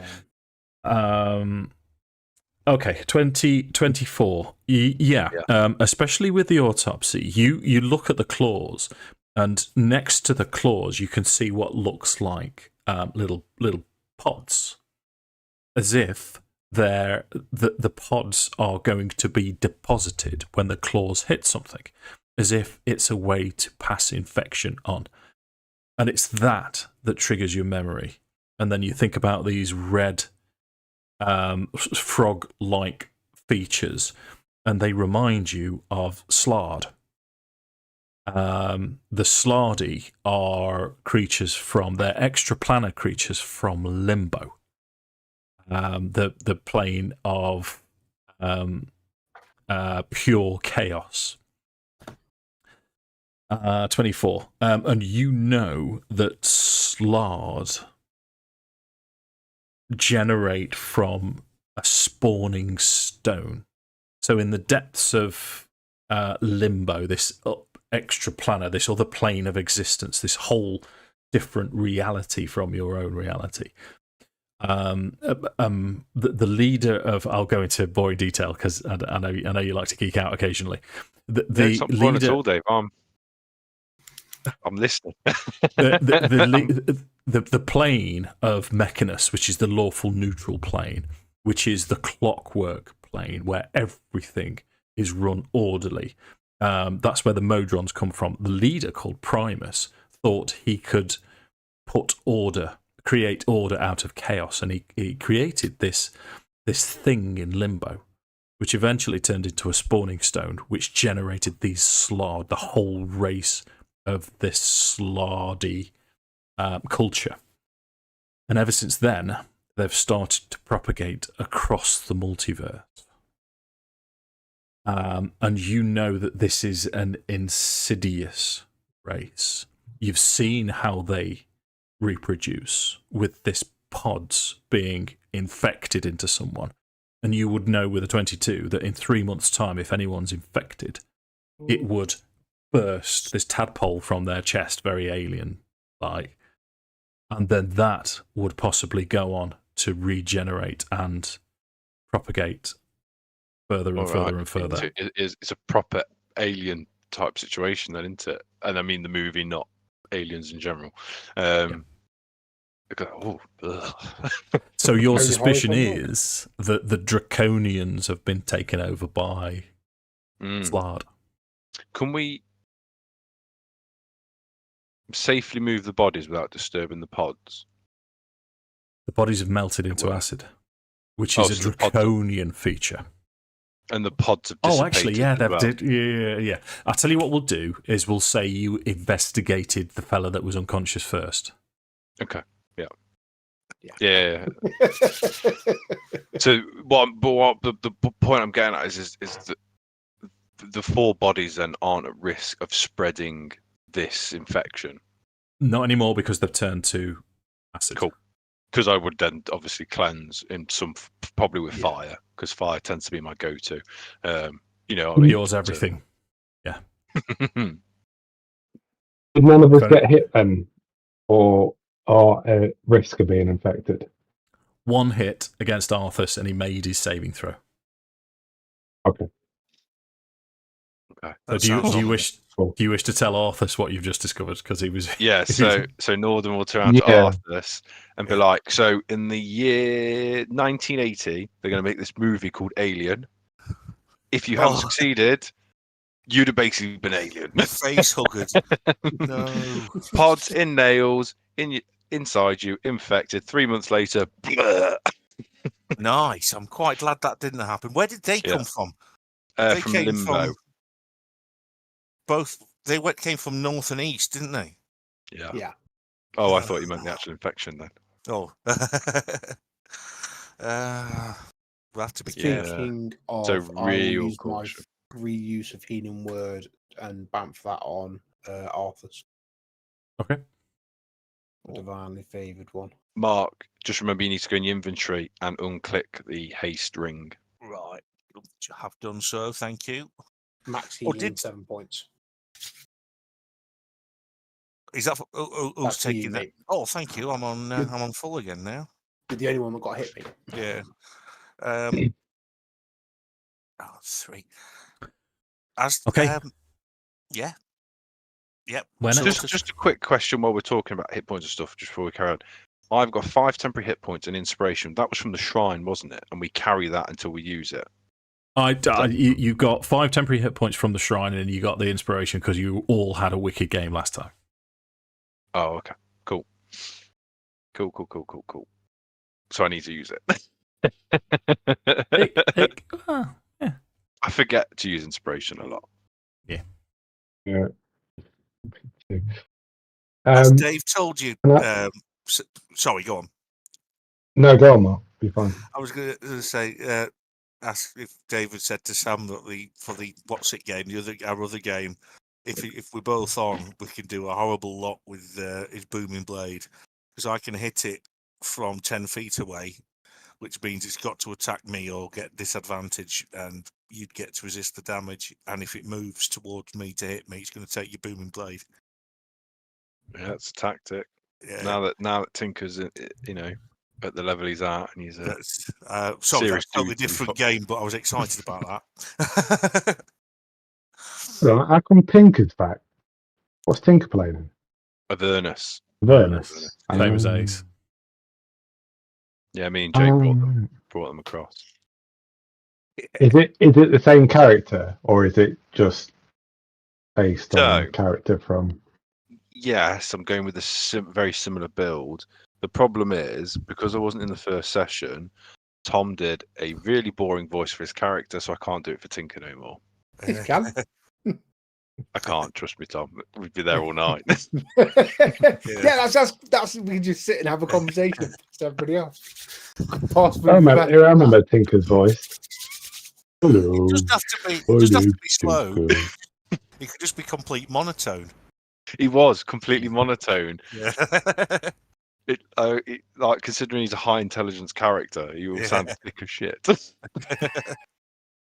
Anyway, sorry. Right, okay. So where are we going to head? Because well, there's part of me that wants to go east first. I'm happy to follow your instincts. It's good as any, as far as I'm concerned. Yeah. Yeah. Should we just recce these rooms first, and then East and west? Yeah. Yeah. Okay. Yeah. Yes. So just having a peer around the corner, you see what looks like partitions, rooms with various bits of mining equipment, digging equipment. But of note, just here, you can see what looks like a hastily constructed barricade into what you suspect is a chamber beyond, into a room beyond. The rest, it's all sort of open. That's a crumbled stairs down that no longer exists. Stairs up that no longer exists. I'll give you the other side as well, just for expedience, because they're both the same side. You've got the stairs going down is the only way to progress from this this level. When you say, and it might just mean you're getting caught up on the language there, Dave. You're saying partition. Is that it looks freshly built out of wood, or is it's just a wall and you're just using the term partition? The barricade here. Not the barricade. You're using the term. I think when you were referring to the walls, you were saying partition. I might be just getting so they're like sort of partition walls. So if you would imagine, if you go into sort of an office type complex, these are sort of partition walls, thin partition walls that mostly go up to the ceiling. These don't go quite up to the ceiling, so as you were descending down, you could just see over the top. But they are stone, thin-ish partition walls. Are they old stone? Very ancient old stone, yeah. Okay. Most of the equipment, however, looks relatively new. You would guess it's part of the excavation kit. Are there any like big chests or? Well, I mean, I'm looking at the map and I can see lots of like crates and stuff. But are there any like decent looking chests that we might look at and go, "Oh, that might be worth a butcher's"? Or yeah, I mean, after you've had a good recce round of all of it, there doesn't seem to be any other movement or any other sign of life. There's 3 bullseye lanterns. There's 6 flasks of oil. There's 100 feet of hempen rope, 4 vials of acid, and 3 sets of mason's tools. So there's lots. I think we definitely want to swipe the acid and the oil. Yeah, I was Yeah, going to I was say about to say, like your strange substances to use in unusual places. Mm. well, I need the oil from a lamp, so yeah. No, your there was a lamp's couple of- perpetual flame. The one I gave you. Is it? Yeah, because he cast it, didn't he? Yeah. Cast the spell Perpetual Flame. How many Okay. flasks of oil and acid were there, sorry, Dave? So 3 bullseye lanterns, 6 flasks of oil, and 4 vials of acid. They could Can be I used for all can I sorts of take things. 2 of those flasks of oil? Because I have a Mhm. feeling they might be useful for me. For burning things down, setting stuff on fire. Mm. I'm not wearing my sorcerer's t-shirt, otherwise I'd be like, "City pyromaniac." You can have all of them. on. Yeah. It's just as long as we've got them. Well, if we like, I'm need having it, to set as them long up. as we've got, someone's got it on their person. Well, I'll carry it. I was about to say I'll take a couple just because. Okay, You well, should we spread go it out 3 a and little bit. 3? Yeah, do you want to go 2 Yeah, and I 2 mean, on the yeah. acid as well? Yeah, because I was thinking like it's another one that I imagine would be interested in dissolving stuff or set it on fire. Indeed, you're Whereas- right. Kel and Arthas probably shouldn't be set loose for either things, really. Let's be honest. Yeah, I'll just give Kel a slightly worried look when I see him divvying this stuff up. It's like, oh. Yeah. -1 intelligence probably isn't going to go very well.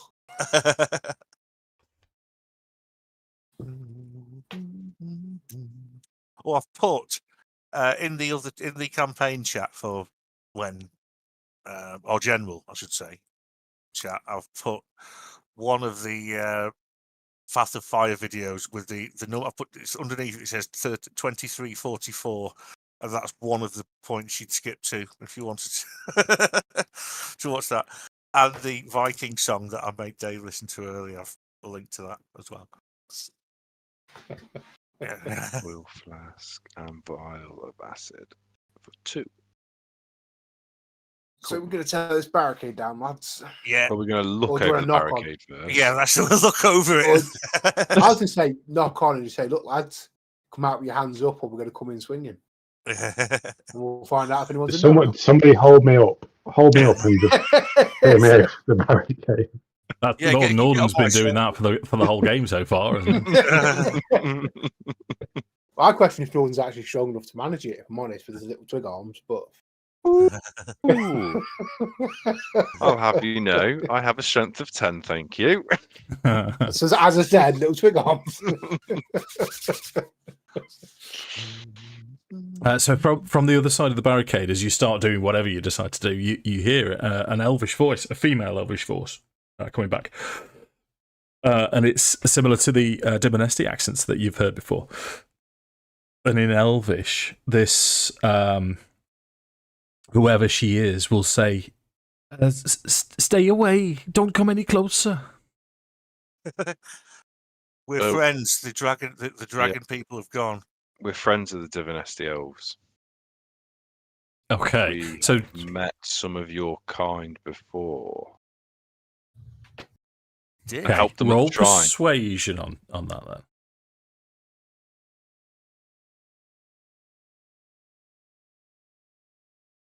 Would be a natural 20, I think, Dave, on that dice. Yeah, 28. okay. So the barricade starts. I'll give it. And is it? Do I have your word that it's safe out there? We killed the 4 infected creatures out here, and there's nothing else that we've seen so far. No, Never really truly maybe guarantee you can anybody's help. safety. So she starts taking down the barricade, and she says, "Please come. There's someone in here that might need your help." As you take the barricade down, you can see inside there are 2 humanoids. One is not visible to you at the minute. One is a Dimonesti elf, a woman. She has the standard blue skin, long green hair, and she's got sort of iconography around her and various sort of tassels. She's slightly more ornately dressed than Ishvern that you met before. and she's pointing towards a human that's lying on the floor. He is very diaphoretic. He's pale and clammy, and he's sort of frothing slightly out the corner of his mouth, and he seems very, very poorly as his eyes sort of flicker.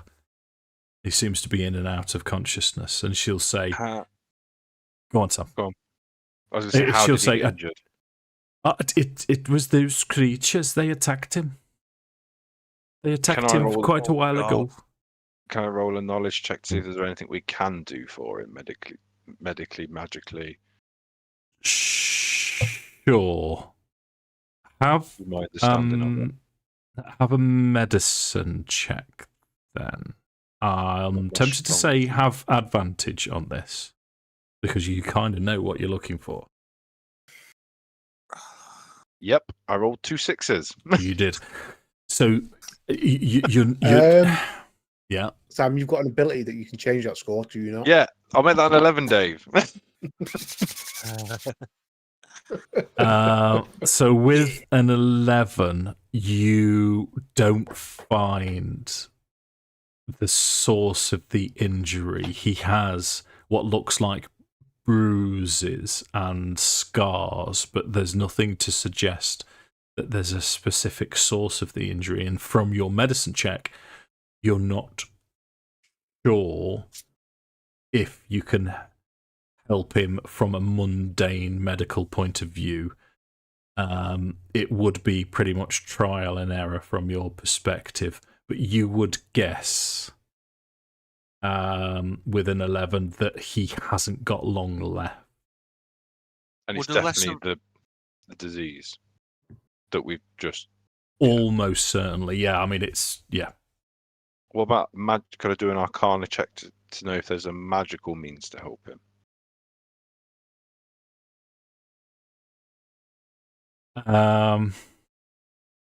Well, that medicine check kind of is a kind of a catch-all, really. Would a lesser restoration work? Because that's the best I We'd got. We'd have to try it and see what happens. I mean, doesn't sound. To be honest, it doesn't sound like it would, but unless it counts as being poisoned. Oh, I was going to say, unless it falls into the poison category. So Nordan will turn around to this lady and say, "Listen, I'm aware of the disease. Without finding its infection point, I'm not 100% sure if we can help him. There is some magic that we can try, but looks more like we may have to ease his passing rather than cure him." Until Tom puts his hand up to tell me something else. Can I cast Augury, Dave, and see if I can? So the question that I'd be phrasing would be, let me just read this. Omen from another world. So I casting gem and laser sticks, rolling dragon bows. I don't have the items worth 25 gold pieces. I've never brought them. This is part of a feature, isn't it? Yeah. Yeah. Just read the feat as well. Yeah. Okay. Because it seems ridiculous that you can't use it if it's a feat to specifically use it. You cast without a spell slot. You can cast a chosen first level spell and the augury spell without a spell slot, and you must finish a long rest before you can cast either of these spells again in this way. You can also cast these spells using spell slots you have of the appropriate level. You'd have gathered the equipment, mate. Whatever you need. In fact, what would Kel be using to cast this divination spell? Literally, the next bit says I can use a holy symbol as a spellcasting focus for any spell. So I can use my holy symbol, which would actually make sense. Yeah, it would. So yeah, maybe he's just kind of. Well, if it's a disease or poison, we can help. If it's not, we can't. Holding his holy symbol out, and he's kind of focusing. And he's basically asking Paladin the question because he doesn't know what else to do. Sure. if we cast lesser restorations, we cast healing magic on this man, can we assist him in not dying? Okay. So you receive the response from Paladin as wheel. Wheel. Yeah, so and Cal would turn around to Arthas. You should try. You should at least attempt to heal this man. I'll attempt lesser restoration, Dave. Okay.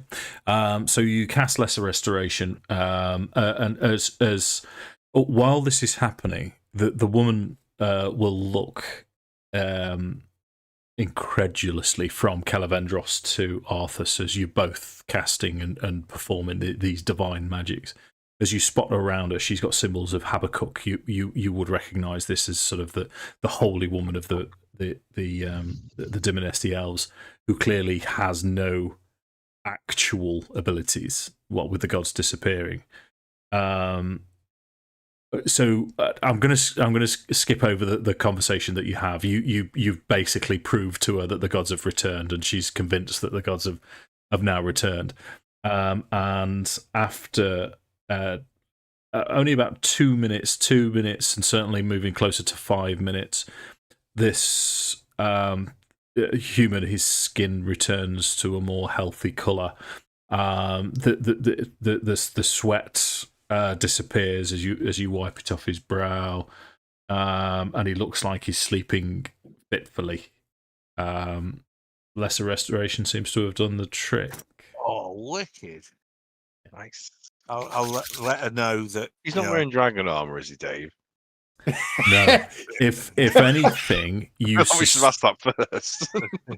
well, Really, and then we stab him in the face. Yeah. So this woman now is she's sort of resting his head. So she's kneeling down, his head's on her lap, and she's sort of stroking his hair, and she starts to talk to you, and she'll identify herself as Yirkal. And she'll say, I was the leader of the Dynasty elves. I was taken away from my fellows. The rest were taken north to the Dragon Army camps, but I was given a slave role here with a lot of other people. And she'll point to the human, and she'll say, "This is Roan. He told me of a secret village further into the northern world." We know this place. yeah, It does. Nice. Go on, Andy. While all this is going off, can I roll sleight of hand to nick the Divinity Pearl off the L? Sure. Roll your sleight of hand then. So Roan comes to consciousness for long enough to say that he can reward you with 1,000 gold if you take him back to his home. And he mentions Heart's Hollow. Always loaded. Yeah.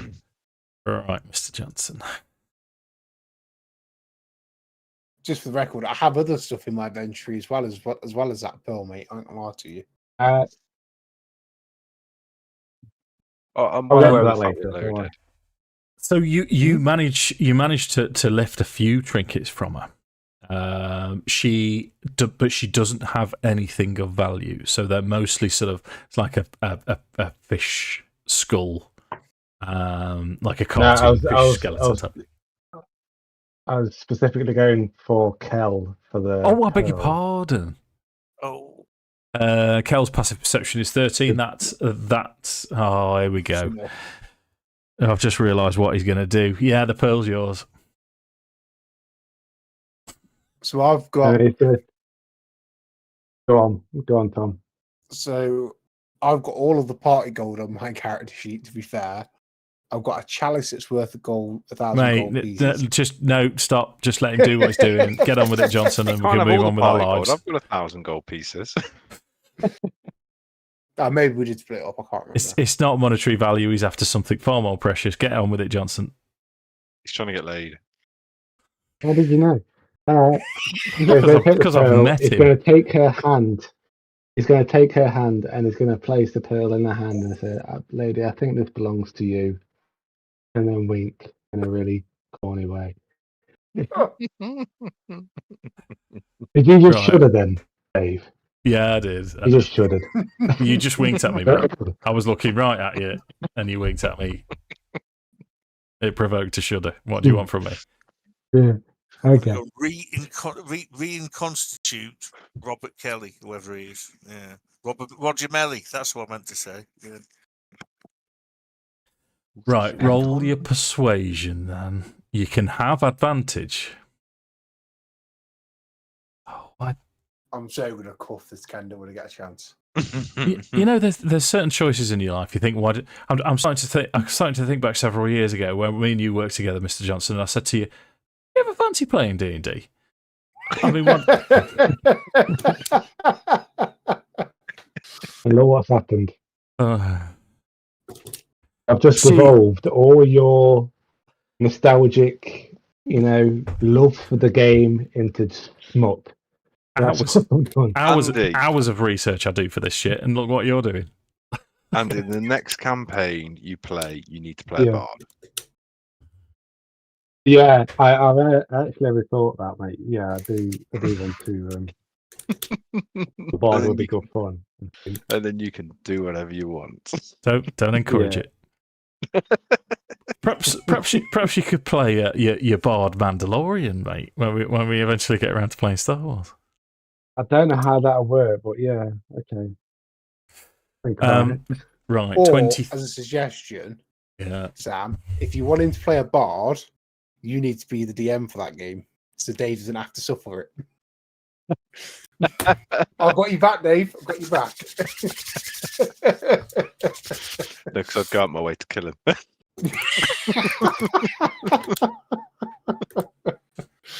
Right, let's get this resolved. So what's okay? So with the 23, she sort of double takes you, and she'll say, "Oh, yes, this is an heirloom of my people. Oh, thank you." Hey, Was that all in Elvish as well, was it, Dave? No, she's speaking in common now. I'm assuming that's a that you shame. can't all speak. Actually, no, it would because it would be Elvish. Can Leggit speak Elvish? No. Ah, fuck off, then. Thanks, Sam. I can, Je though. suis. That's yeah. brilliant. That's 20 minutes of my life I can actually claim back. Shut up, Johnson. I'm not looking at you anymore. It's just going to say, "Sorry, my lady, I don't speak Elvish, but I do speak the language of the law." Love, yeah. Maybe we can continue this conversation later. Mate, it's that bad. I knew that was coming just before you finished the sentence. I think we all did. So Cal's going to translate for him, and he's It just brings gonna me say- joy or making you all squirm. He says that he Immense thinks joy. this is yours, and he thinks you're very, very ugly. And I don't know why he thinks that's socially acceptable to say, but he's just that guy. Yeah. I'm very, very sorry. He's very rude. He said, "You don't sweat much for a fat lad." So she looks, from what Kel's just said to her, she sort of smiles towards Leggit, takes the pearl, and then turns away and continues the sensible conversation that the dungeon master's done all of the homework to try and memorize. And she will continue to tell you the story of how she and Roan managed to escape. As they were excavating this site, the slaves found what they called, it was sort of a large crystal, the floor below. And once they found this crystal, the leader of Virus had decided that he could use it to create more draconians. But in the process of trying to use this stone, more of the frog creatures appeared, and they were inundated with these frog creatures.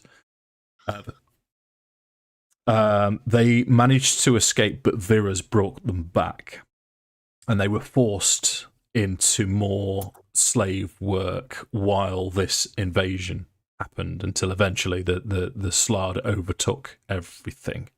She believes that Vira's is still below, and she knows that at least one Slard is still down below as well.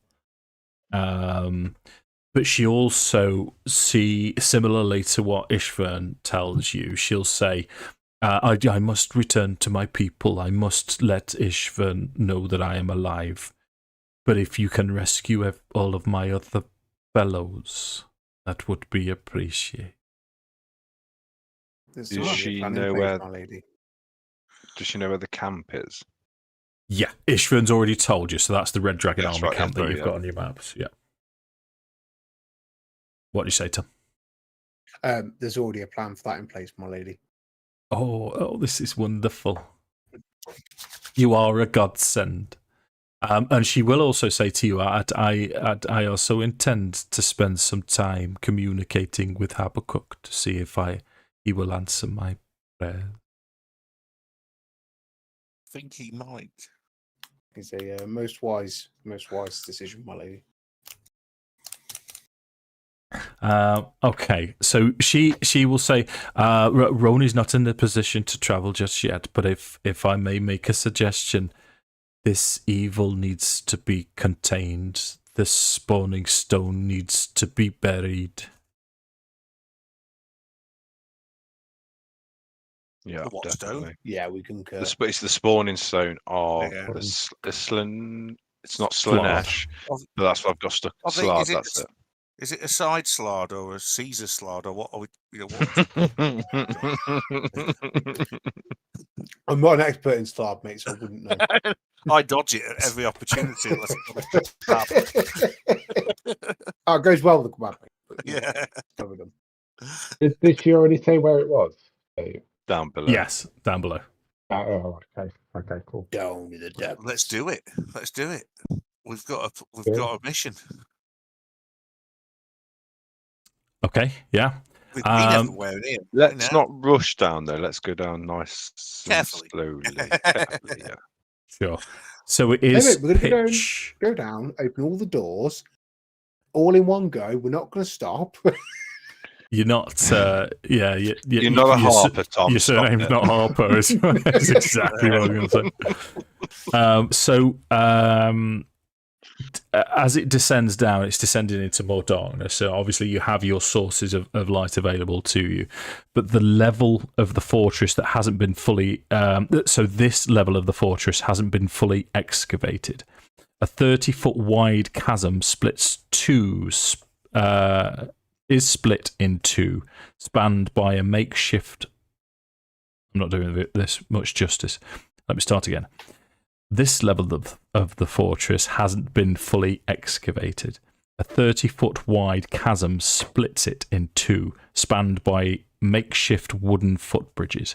On the far side of the chasm, digging implements surrounded by an 8-foot tall crystal glows with a noxious orange light. On the near side of the chasm, a hulking red form covered in squirming shapes digs through broken crates.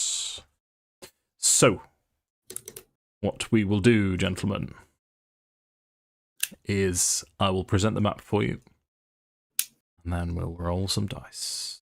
I'm aware of the fact that it's 10 past. Well, we've got 22 minutes. See what we can do. There's a chance we're going to go over, unless you wish to. No, I think I've got it in me. I can survive. You can To survive. be fair, I'm the one that I'm always happy to get late anyway. I'm not the one that it really affects. So Jeff Tarango. Okay. it is Jeff Tarango that it affects. You're right. That famous American tennis player. So I believe Haste has gone and Shield of Faith has gone. Yeah, only last 10 minutes. Right, so So I will take Was it my 10? off. Has he noticed us, Dave? Yeah. As soon as you descend, as soon as you step down, the light. He's sort of rooting around here almost unintelligibly, and then you see if you can see the red slard. So this is a fully converted red slard, and around him on the picture, if you can see it, you've got the tadpoles squirming around as well on the ground. Yeah, let me just in case Martin is watching still, he can't see the picture. So there, bottom left hand corner, you see the red slard with the slardy tadpoles crawling around him. I didn't copy and paste the picture onto the. Okay, so right. The only thing I can do here is I'm just going to take Arthas and move him slightly over the chasm, so you can see the crystal, because the crystal is glowing, creating its own light source to the south, which is why you can see it. Okay, so happy with the situation. You've got two of these things going across. The red slard surrounded by the slardy tadpoles. So let's roll initiative then. All right. Donkey droppings. Wow. Oh no! No! An unexpected bell end. Yeah, because we're rolling at the same time. Have you all done? Yeah, I didn't really roll that 3. It was some sort of glitch. And, I'm pretty sure I rolled like a 19 there, Dave. I don't know how it ended up with a 3. I'm distinctly sure a natural 20. Yeah. If only there was some way for me to prove that you didn't. Oh, wait a minute.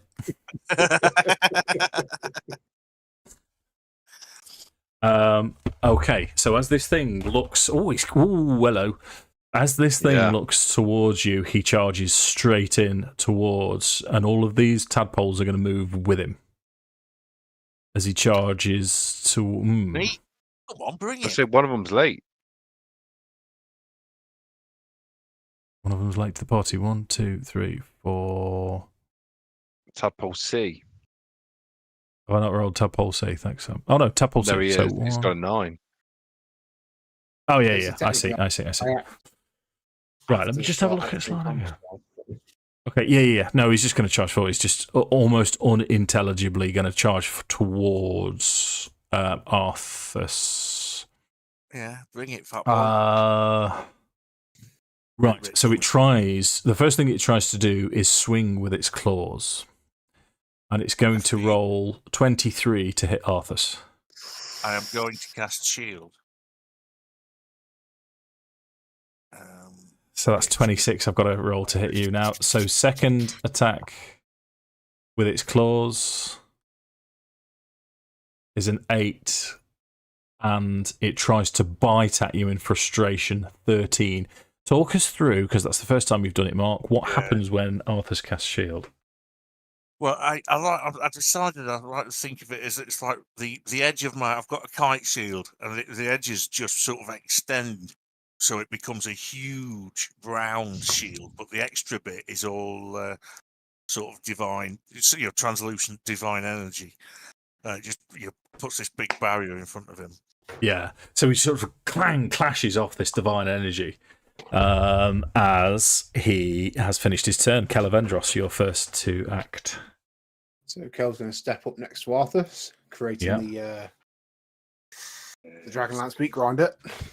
Bonus action is going to cast Thunderous Smite. Mm-hmm.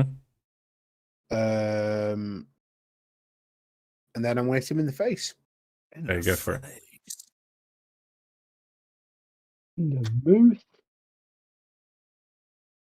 That's a 14 to hit, which I'm going to guess misses. Oh, this is going to be a long combat. 14 is exactly what you need to hit him. Yes! Okay. That's 16 points of slashing damage. Oh, max damage. That's not bad. And then he takes 8 points of thunder damage. And then can have a he strength saving seems throw. slightly resistant to the thunder damage. Okay. And a what? Sorry. A strength saving throw, please. Okay. It also seems as if, from his extra planar nature, that he's going to be resistant to most forms of magic that kind of involve saving throws. He rolls a 15. Yeah, he's fine. Okay. Fine. Just, So he's not but pushed fine. back. And not prone, yeah. Yeah. Beat it by 1. Well, beat it by 2. He needed 14 for DC was. Okay. So second attack. Then Thundering Smite goes now, doesn't it? Yeah, you've discharged, haven't you? Yeah, discharged. So second attack. Then 18 hits. Yeah. And I will expend a second level spell slot for a Divine Smite. Okay. Because we're going in hard. Okay. Go big or go home. What she said. That's it. So that's 13 points of slashing damage. And it's take off the spell slot. Smite down the bottom. So 3d8 radiant. 3. Boom. 36. 13 points of radiant damage. Gotcha. Done. Anything else? That's everything, mate. Thank you very much. I literally don't think I could do any more if I tried. Okay. So Tadpole A. Now, you see these things squirming around its arm. It leaps towards Kelevendros. As it leaps towards you, what I'm going to say is it sort of squirms to the back of you. I'm going to give it an attack with advantage. Oh no! I've Against used my Kel. reaction as well. That's not great. That's 20. That's not bad, actually. 22. That hits. Oh, Yeah, okay. for sure. Not much I don't damage. understand how you're going with that's not great. Yeah, well, it's you know how they're all on D&D Beyond. He was on 10 and it just went 18. Yeah. So just little bites. These are sort of ankle bites, but that's 6 points of piercing damage. Okay, Roger. Tadpole D. What they're going to do is start swarming Kel. So this is with advantage. 20. Hits. That's 4 points. 4. Piercing. Oh. Okay. E. Have they got intelligence? Have they, the little bleeders? No, that you're not getting much intelligence. This is just sort of feral ferocity. Yeah, this just is running at the nearest fella and trying to bite his testes, sort of thing.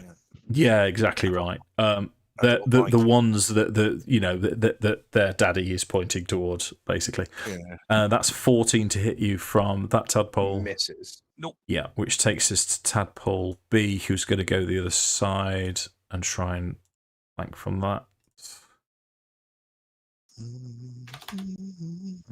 No, 24. That's a natural 20.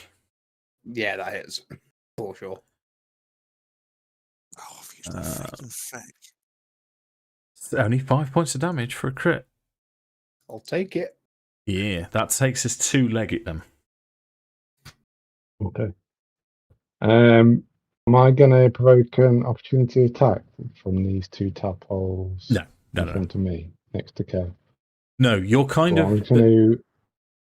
Yeah, go on. No. I'm kind of what? Just. Well, you're sort of outside almost the 10 feet up there. So that's 10 feet up, Right. 5 feet up, and then ground level.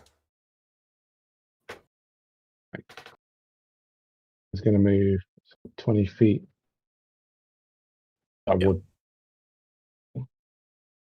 You can jump will off to do it. there safely, and then yeah, that's fine, mate. We'll say it's 20 feet to get to there. Yeah. Okay. So it's going to bonus action study aim and cast chromatic orb. You've moved. Like 3rd level. Oh, for fuck's sake! Yeah. Oh. All right. Oh. Let's just. I'll cast chromatic orb anyway at 3rd level. Okay. or cold damage. At the big lad. The big lad, yes. Yeah. What type of damage, mate? Sorry. Cold. Cold. Okay.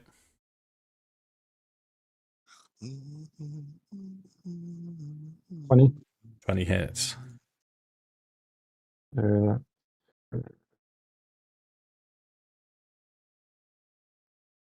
I need 2 more d8. It's at 3rd level. Okay.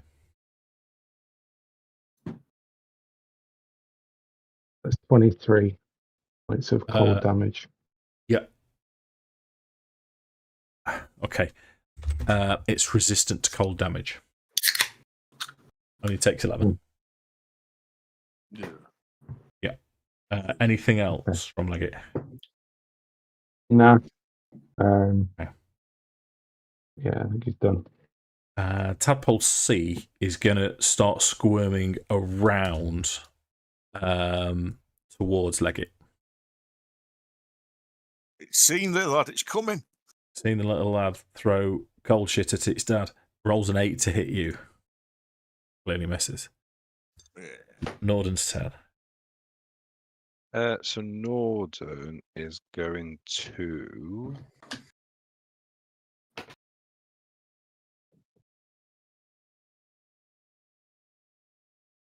Yeah.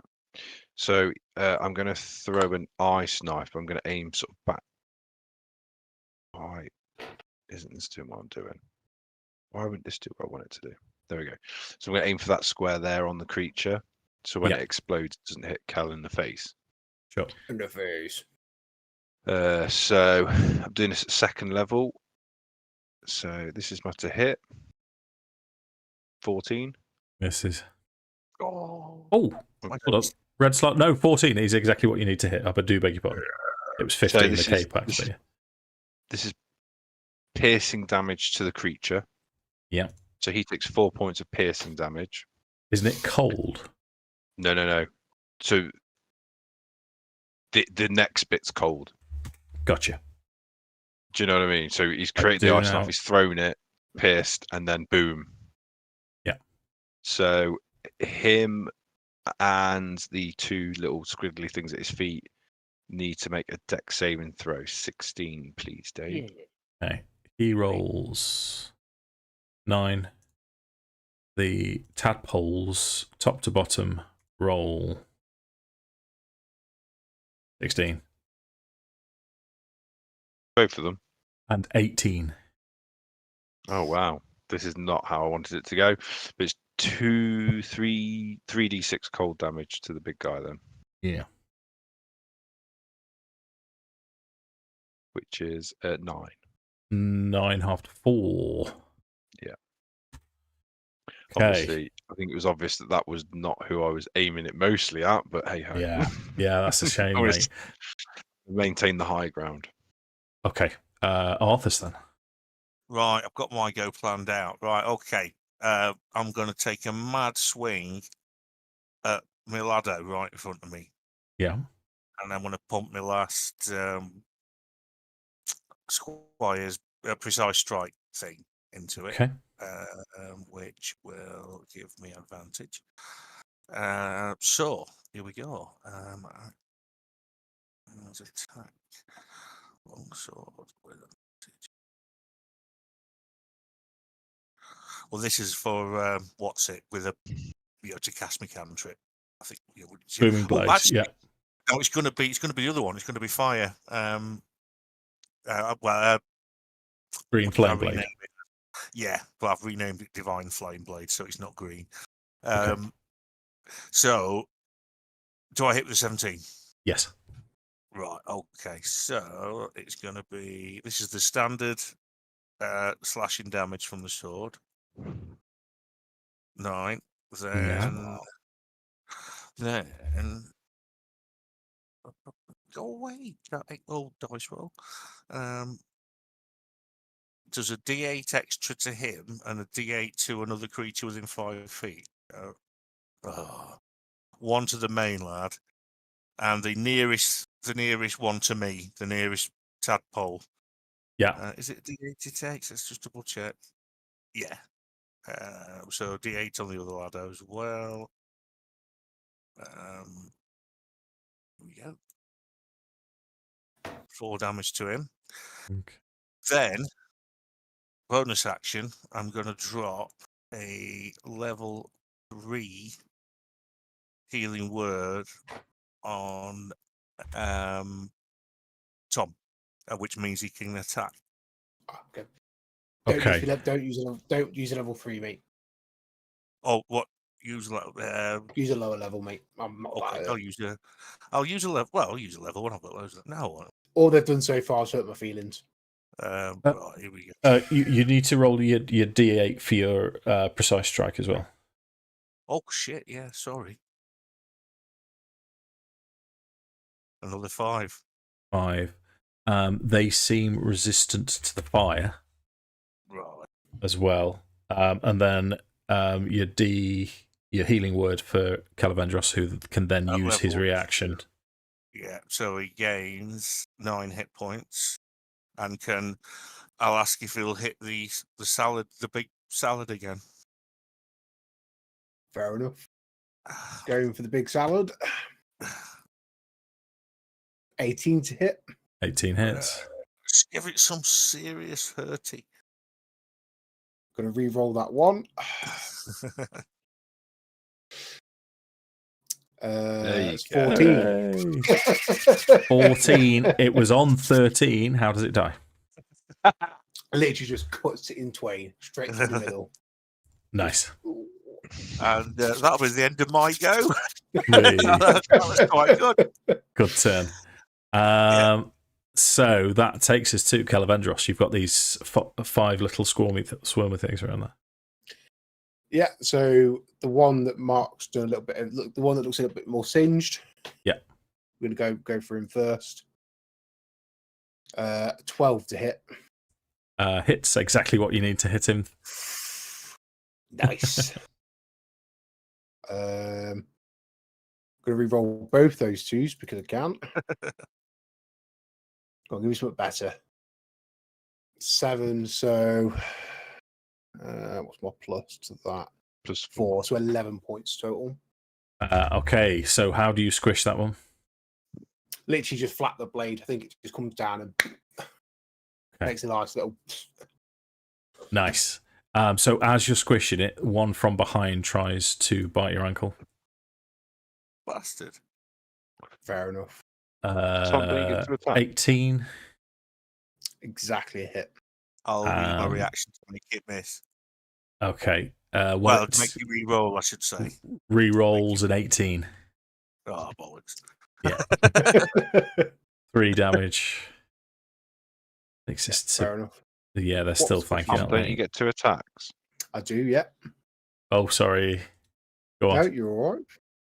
Go on, mate. I thought it was. I'm sorry. I thought it was a reaction. I thought it was as a reaction you were doing that. Well, that looks like a hit, I reckon.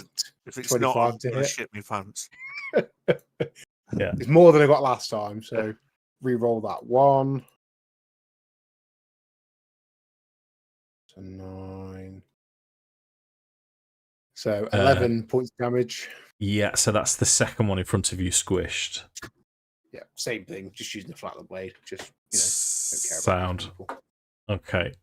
So that takes us to, this is just a normal attack against you, but they're behind you now, so they're rolls a natural 1. Leggit's turn with the one in front of you. I'm going to go for a bonus action steady aim and target the ones next to Kel Okay. with my sling. Sure. So it's just because you're within combat range, melee range of this one, so it's just going to be a flat roll. Yeah. Okay.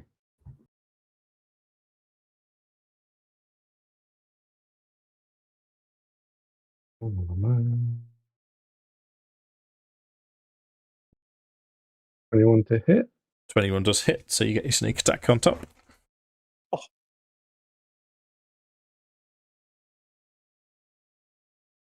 7 points plus sneak attack. Nice. That's 14. That kills one. Get down. just not touching you today, am I? Anything else from Leggit? He's going to bonus action disengage, I think, and move away Seems fair. from the temple. Yep. So Gonna the move. yeah, you've got 40 feet of movement. You can get all the way around there, which means Slad C is going to move into Arthas and going to miss, I'm guessing. 21 to hit Arthas. Just hit me. What a bugger. 3 point. What type of damage? It's piercing. No damage. Do you know, funny enough, I was going to say, I'm going to take that damage for you, but there's no need.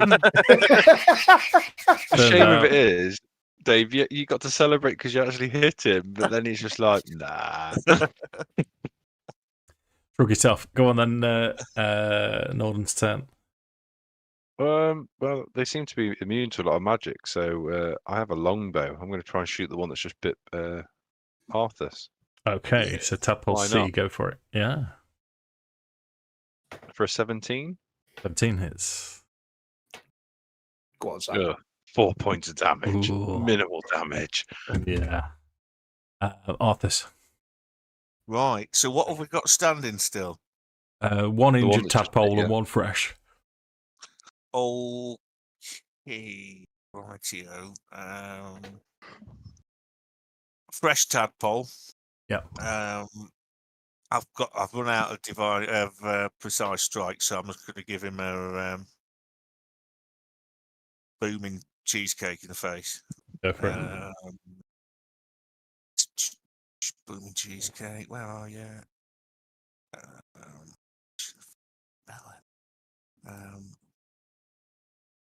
25. 25 hits on your damage. So, longsword damage. 6. Thunder damage, which it's going to resist, is D8. Another 6. Three. And I'm going to. Who's taken any damage? Has anyone taken damage? You and Tom. I'll do a first level bonus action. First level doofus on Tom, so he can attack again. Sound Take that. Man, so that is going to give you not that much, but better than a kick in the hamsters. Where is it? Roll your attack then, Tom. It's going to be the one nearest to you, I'm guessing. Get 4 hit points as well. Cheers, mate. Thank you very much. 21 to hit. 21 hits. It's a 1 hit point, mate. You feel free to roll your damage. 15 overkill. Yes, that's just a stain now. That's not even a big stain.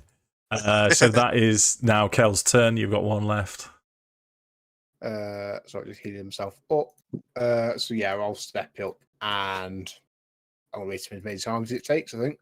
Sure. Probably once. 24 hit, Yeah. You've got to do 6 to him, mate. 14 points of damage, no reroll. Okay. Right. Let's continue just for a little while because we've got the other side of this canyon to kind of explore. Right. What are you thinking? I'm just going to drop myself a quick 1 measly point out of my lay on hands pool to make myself back up full. Okay. Why not? So what can we see this side? I can see all these crates and barrels and stuff. Is there anything there before we proceed? Yeah, it's mostly excavation gear with this light, this sort of reddish orangey glow coming from the stone itself as it's been excavated. There's a wheelbarrow next to it. This drop, you can't see the bottom. It's beyond your scope. This is the shortest way over. I think that's some 25 feet over that one, and the second one's about 35 feet to cross over, with a landing either side. This is the wall of the cavern itself. We hear anything like any waves or anything coming from the bottom of the chasm? You roll a perception for me then. No, it's a 7. Yeah, no, you're not picking up anything. It's just too dark down there. And do these bridges look sturdy enough to take our weight?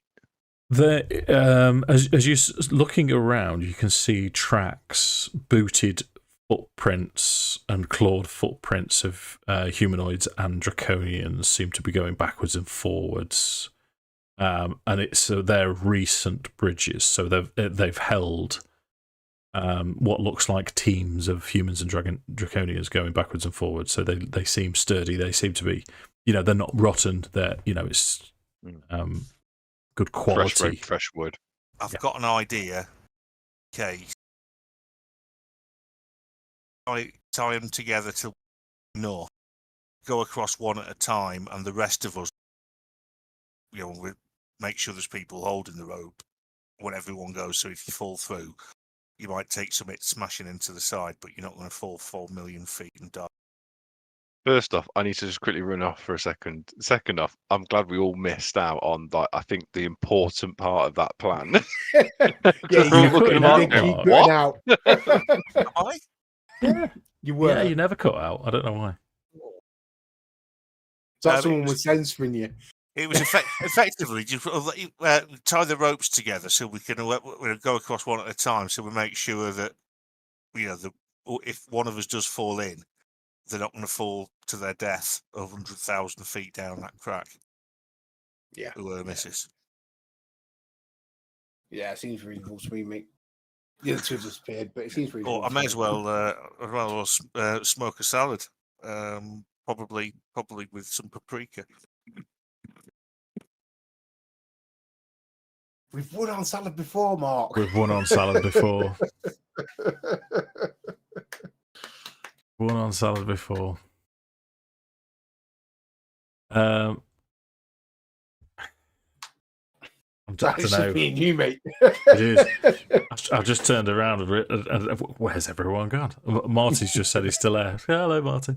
I think we're going to finish in a minute. I don't know if we're going to finish now, actually. I don't know if Sam's had to go. I don't know. Dog might need to go out. I couldn't say. So what was the plan? You're tying yourselves together, and someone's going to go first. Yeah, pretty much. Okay. Who's going to step across first then? I would suggest. Probably should be. I'll suggest me, just because I'm the lightest character. Yeah, no, that's exactly. So I was gonna. The only thing I wonder is Arthas or myself, being the more heavily armored, should stay on the safe side in case something goes wrong, because we're the heaviest and therefore the hardest to pull off the side, if that makes sense. So we're almost like an anchor. Okay, you going across the short bridge or the long bridge? I would say. Can you check to see if it's trapped there, bro? As the resident rogue. Yeah, can I just test the bridge itself and just have a look for any traps? You can. I was just going to step on. I was just going to say, all right, chill out, Admiral Akbar. Yeah, you step as you step onto the bridge. To the south, a second slardy creature makes himself visible to you as he steps from behind the stone and throws a fireball at you. Okay. So position me there. Because I wanted to. You were sort of you've tied yourself up so you're all quite close to each other. And the suggestion that I'd received was that Leggit's going to go first as he's the lightest, and the two plate wearers are going to be at the back as ballast in case something does go wrong. Yeah. So that put Nordan second.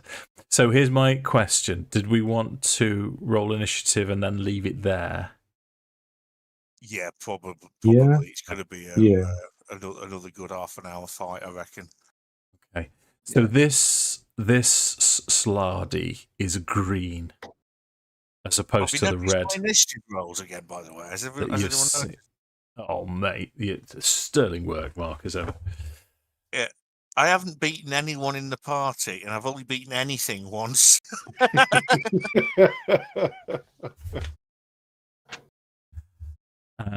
So let me just. I am going to tell you the words for today, Mark, because we've had 2 external goes. Jason's went with summon, Yeah. which was a really good effort. Yeah. I thought, and Martin, one of our mates at work, went with chicken. Sam went with chimpanzee. Tom went with prepare, and Andy went with liberate. Oh, they're all good ones. But did you know it's you said salad again? I did. I was taking the risk that no one would go with it. You're a tease, Mark. Yeah, I know. You're a tease. Right, so we've got this combat to finish when we return next time. Yeah, that was awesome. Cheers, Yeah, gents. I was starting to feel tough until the other one arrived. I can't hit you. So was I. I can't I hit was you at the doing minute. really well. You're about to have a fireball thrown at you, so we'll have to see what happens after that. Yeah, but, that'll be fun. until the Right, next. Oh, hold up! I'll tell you what we'll do. Just before you do disappear, is I'm going to say when I've penciled in the next one. See, it's almost a month again. 22nd of April I can't is the see closest that I can fit us in. Don't forget, check out the Viking song, and yeah, if you want to see the reason people like to watch Path of Fire, I'll put a link to that as well. Right, take it easy, guys. I shall hopefully see you in the not too distant future. Cheers, Mark. I'll try and fit another one in sooner than that, but I don't think I'm going to be able to. But if not, 22nd of April. Yeah, take care. Right, take it easy, Mark. Bye.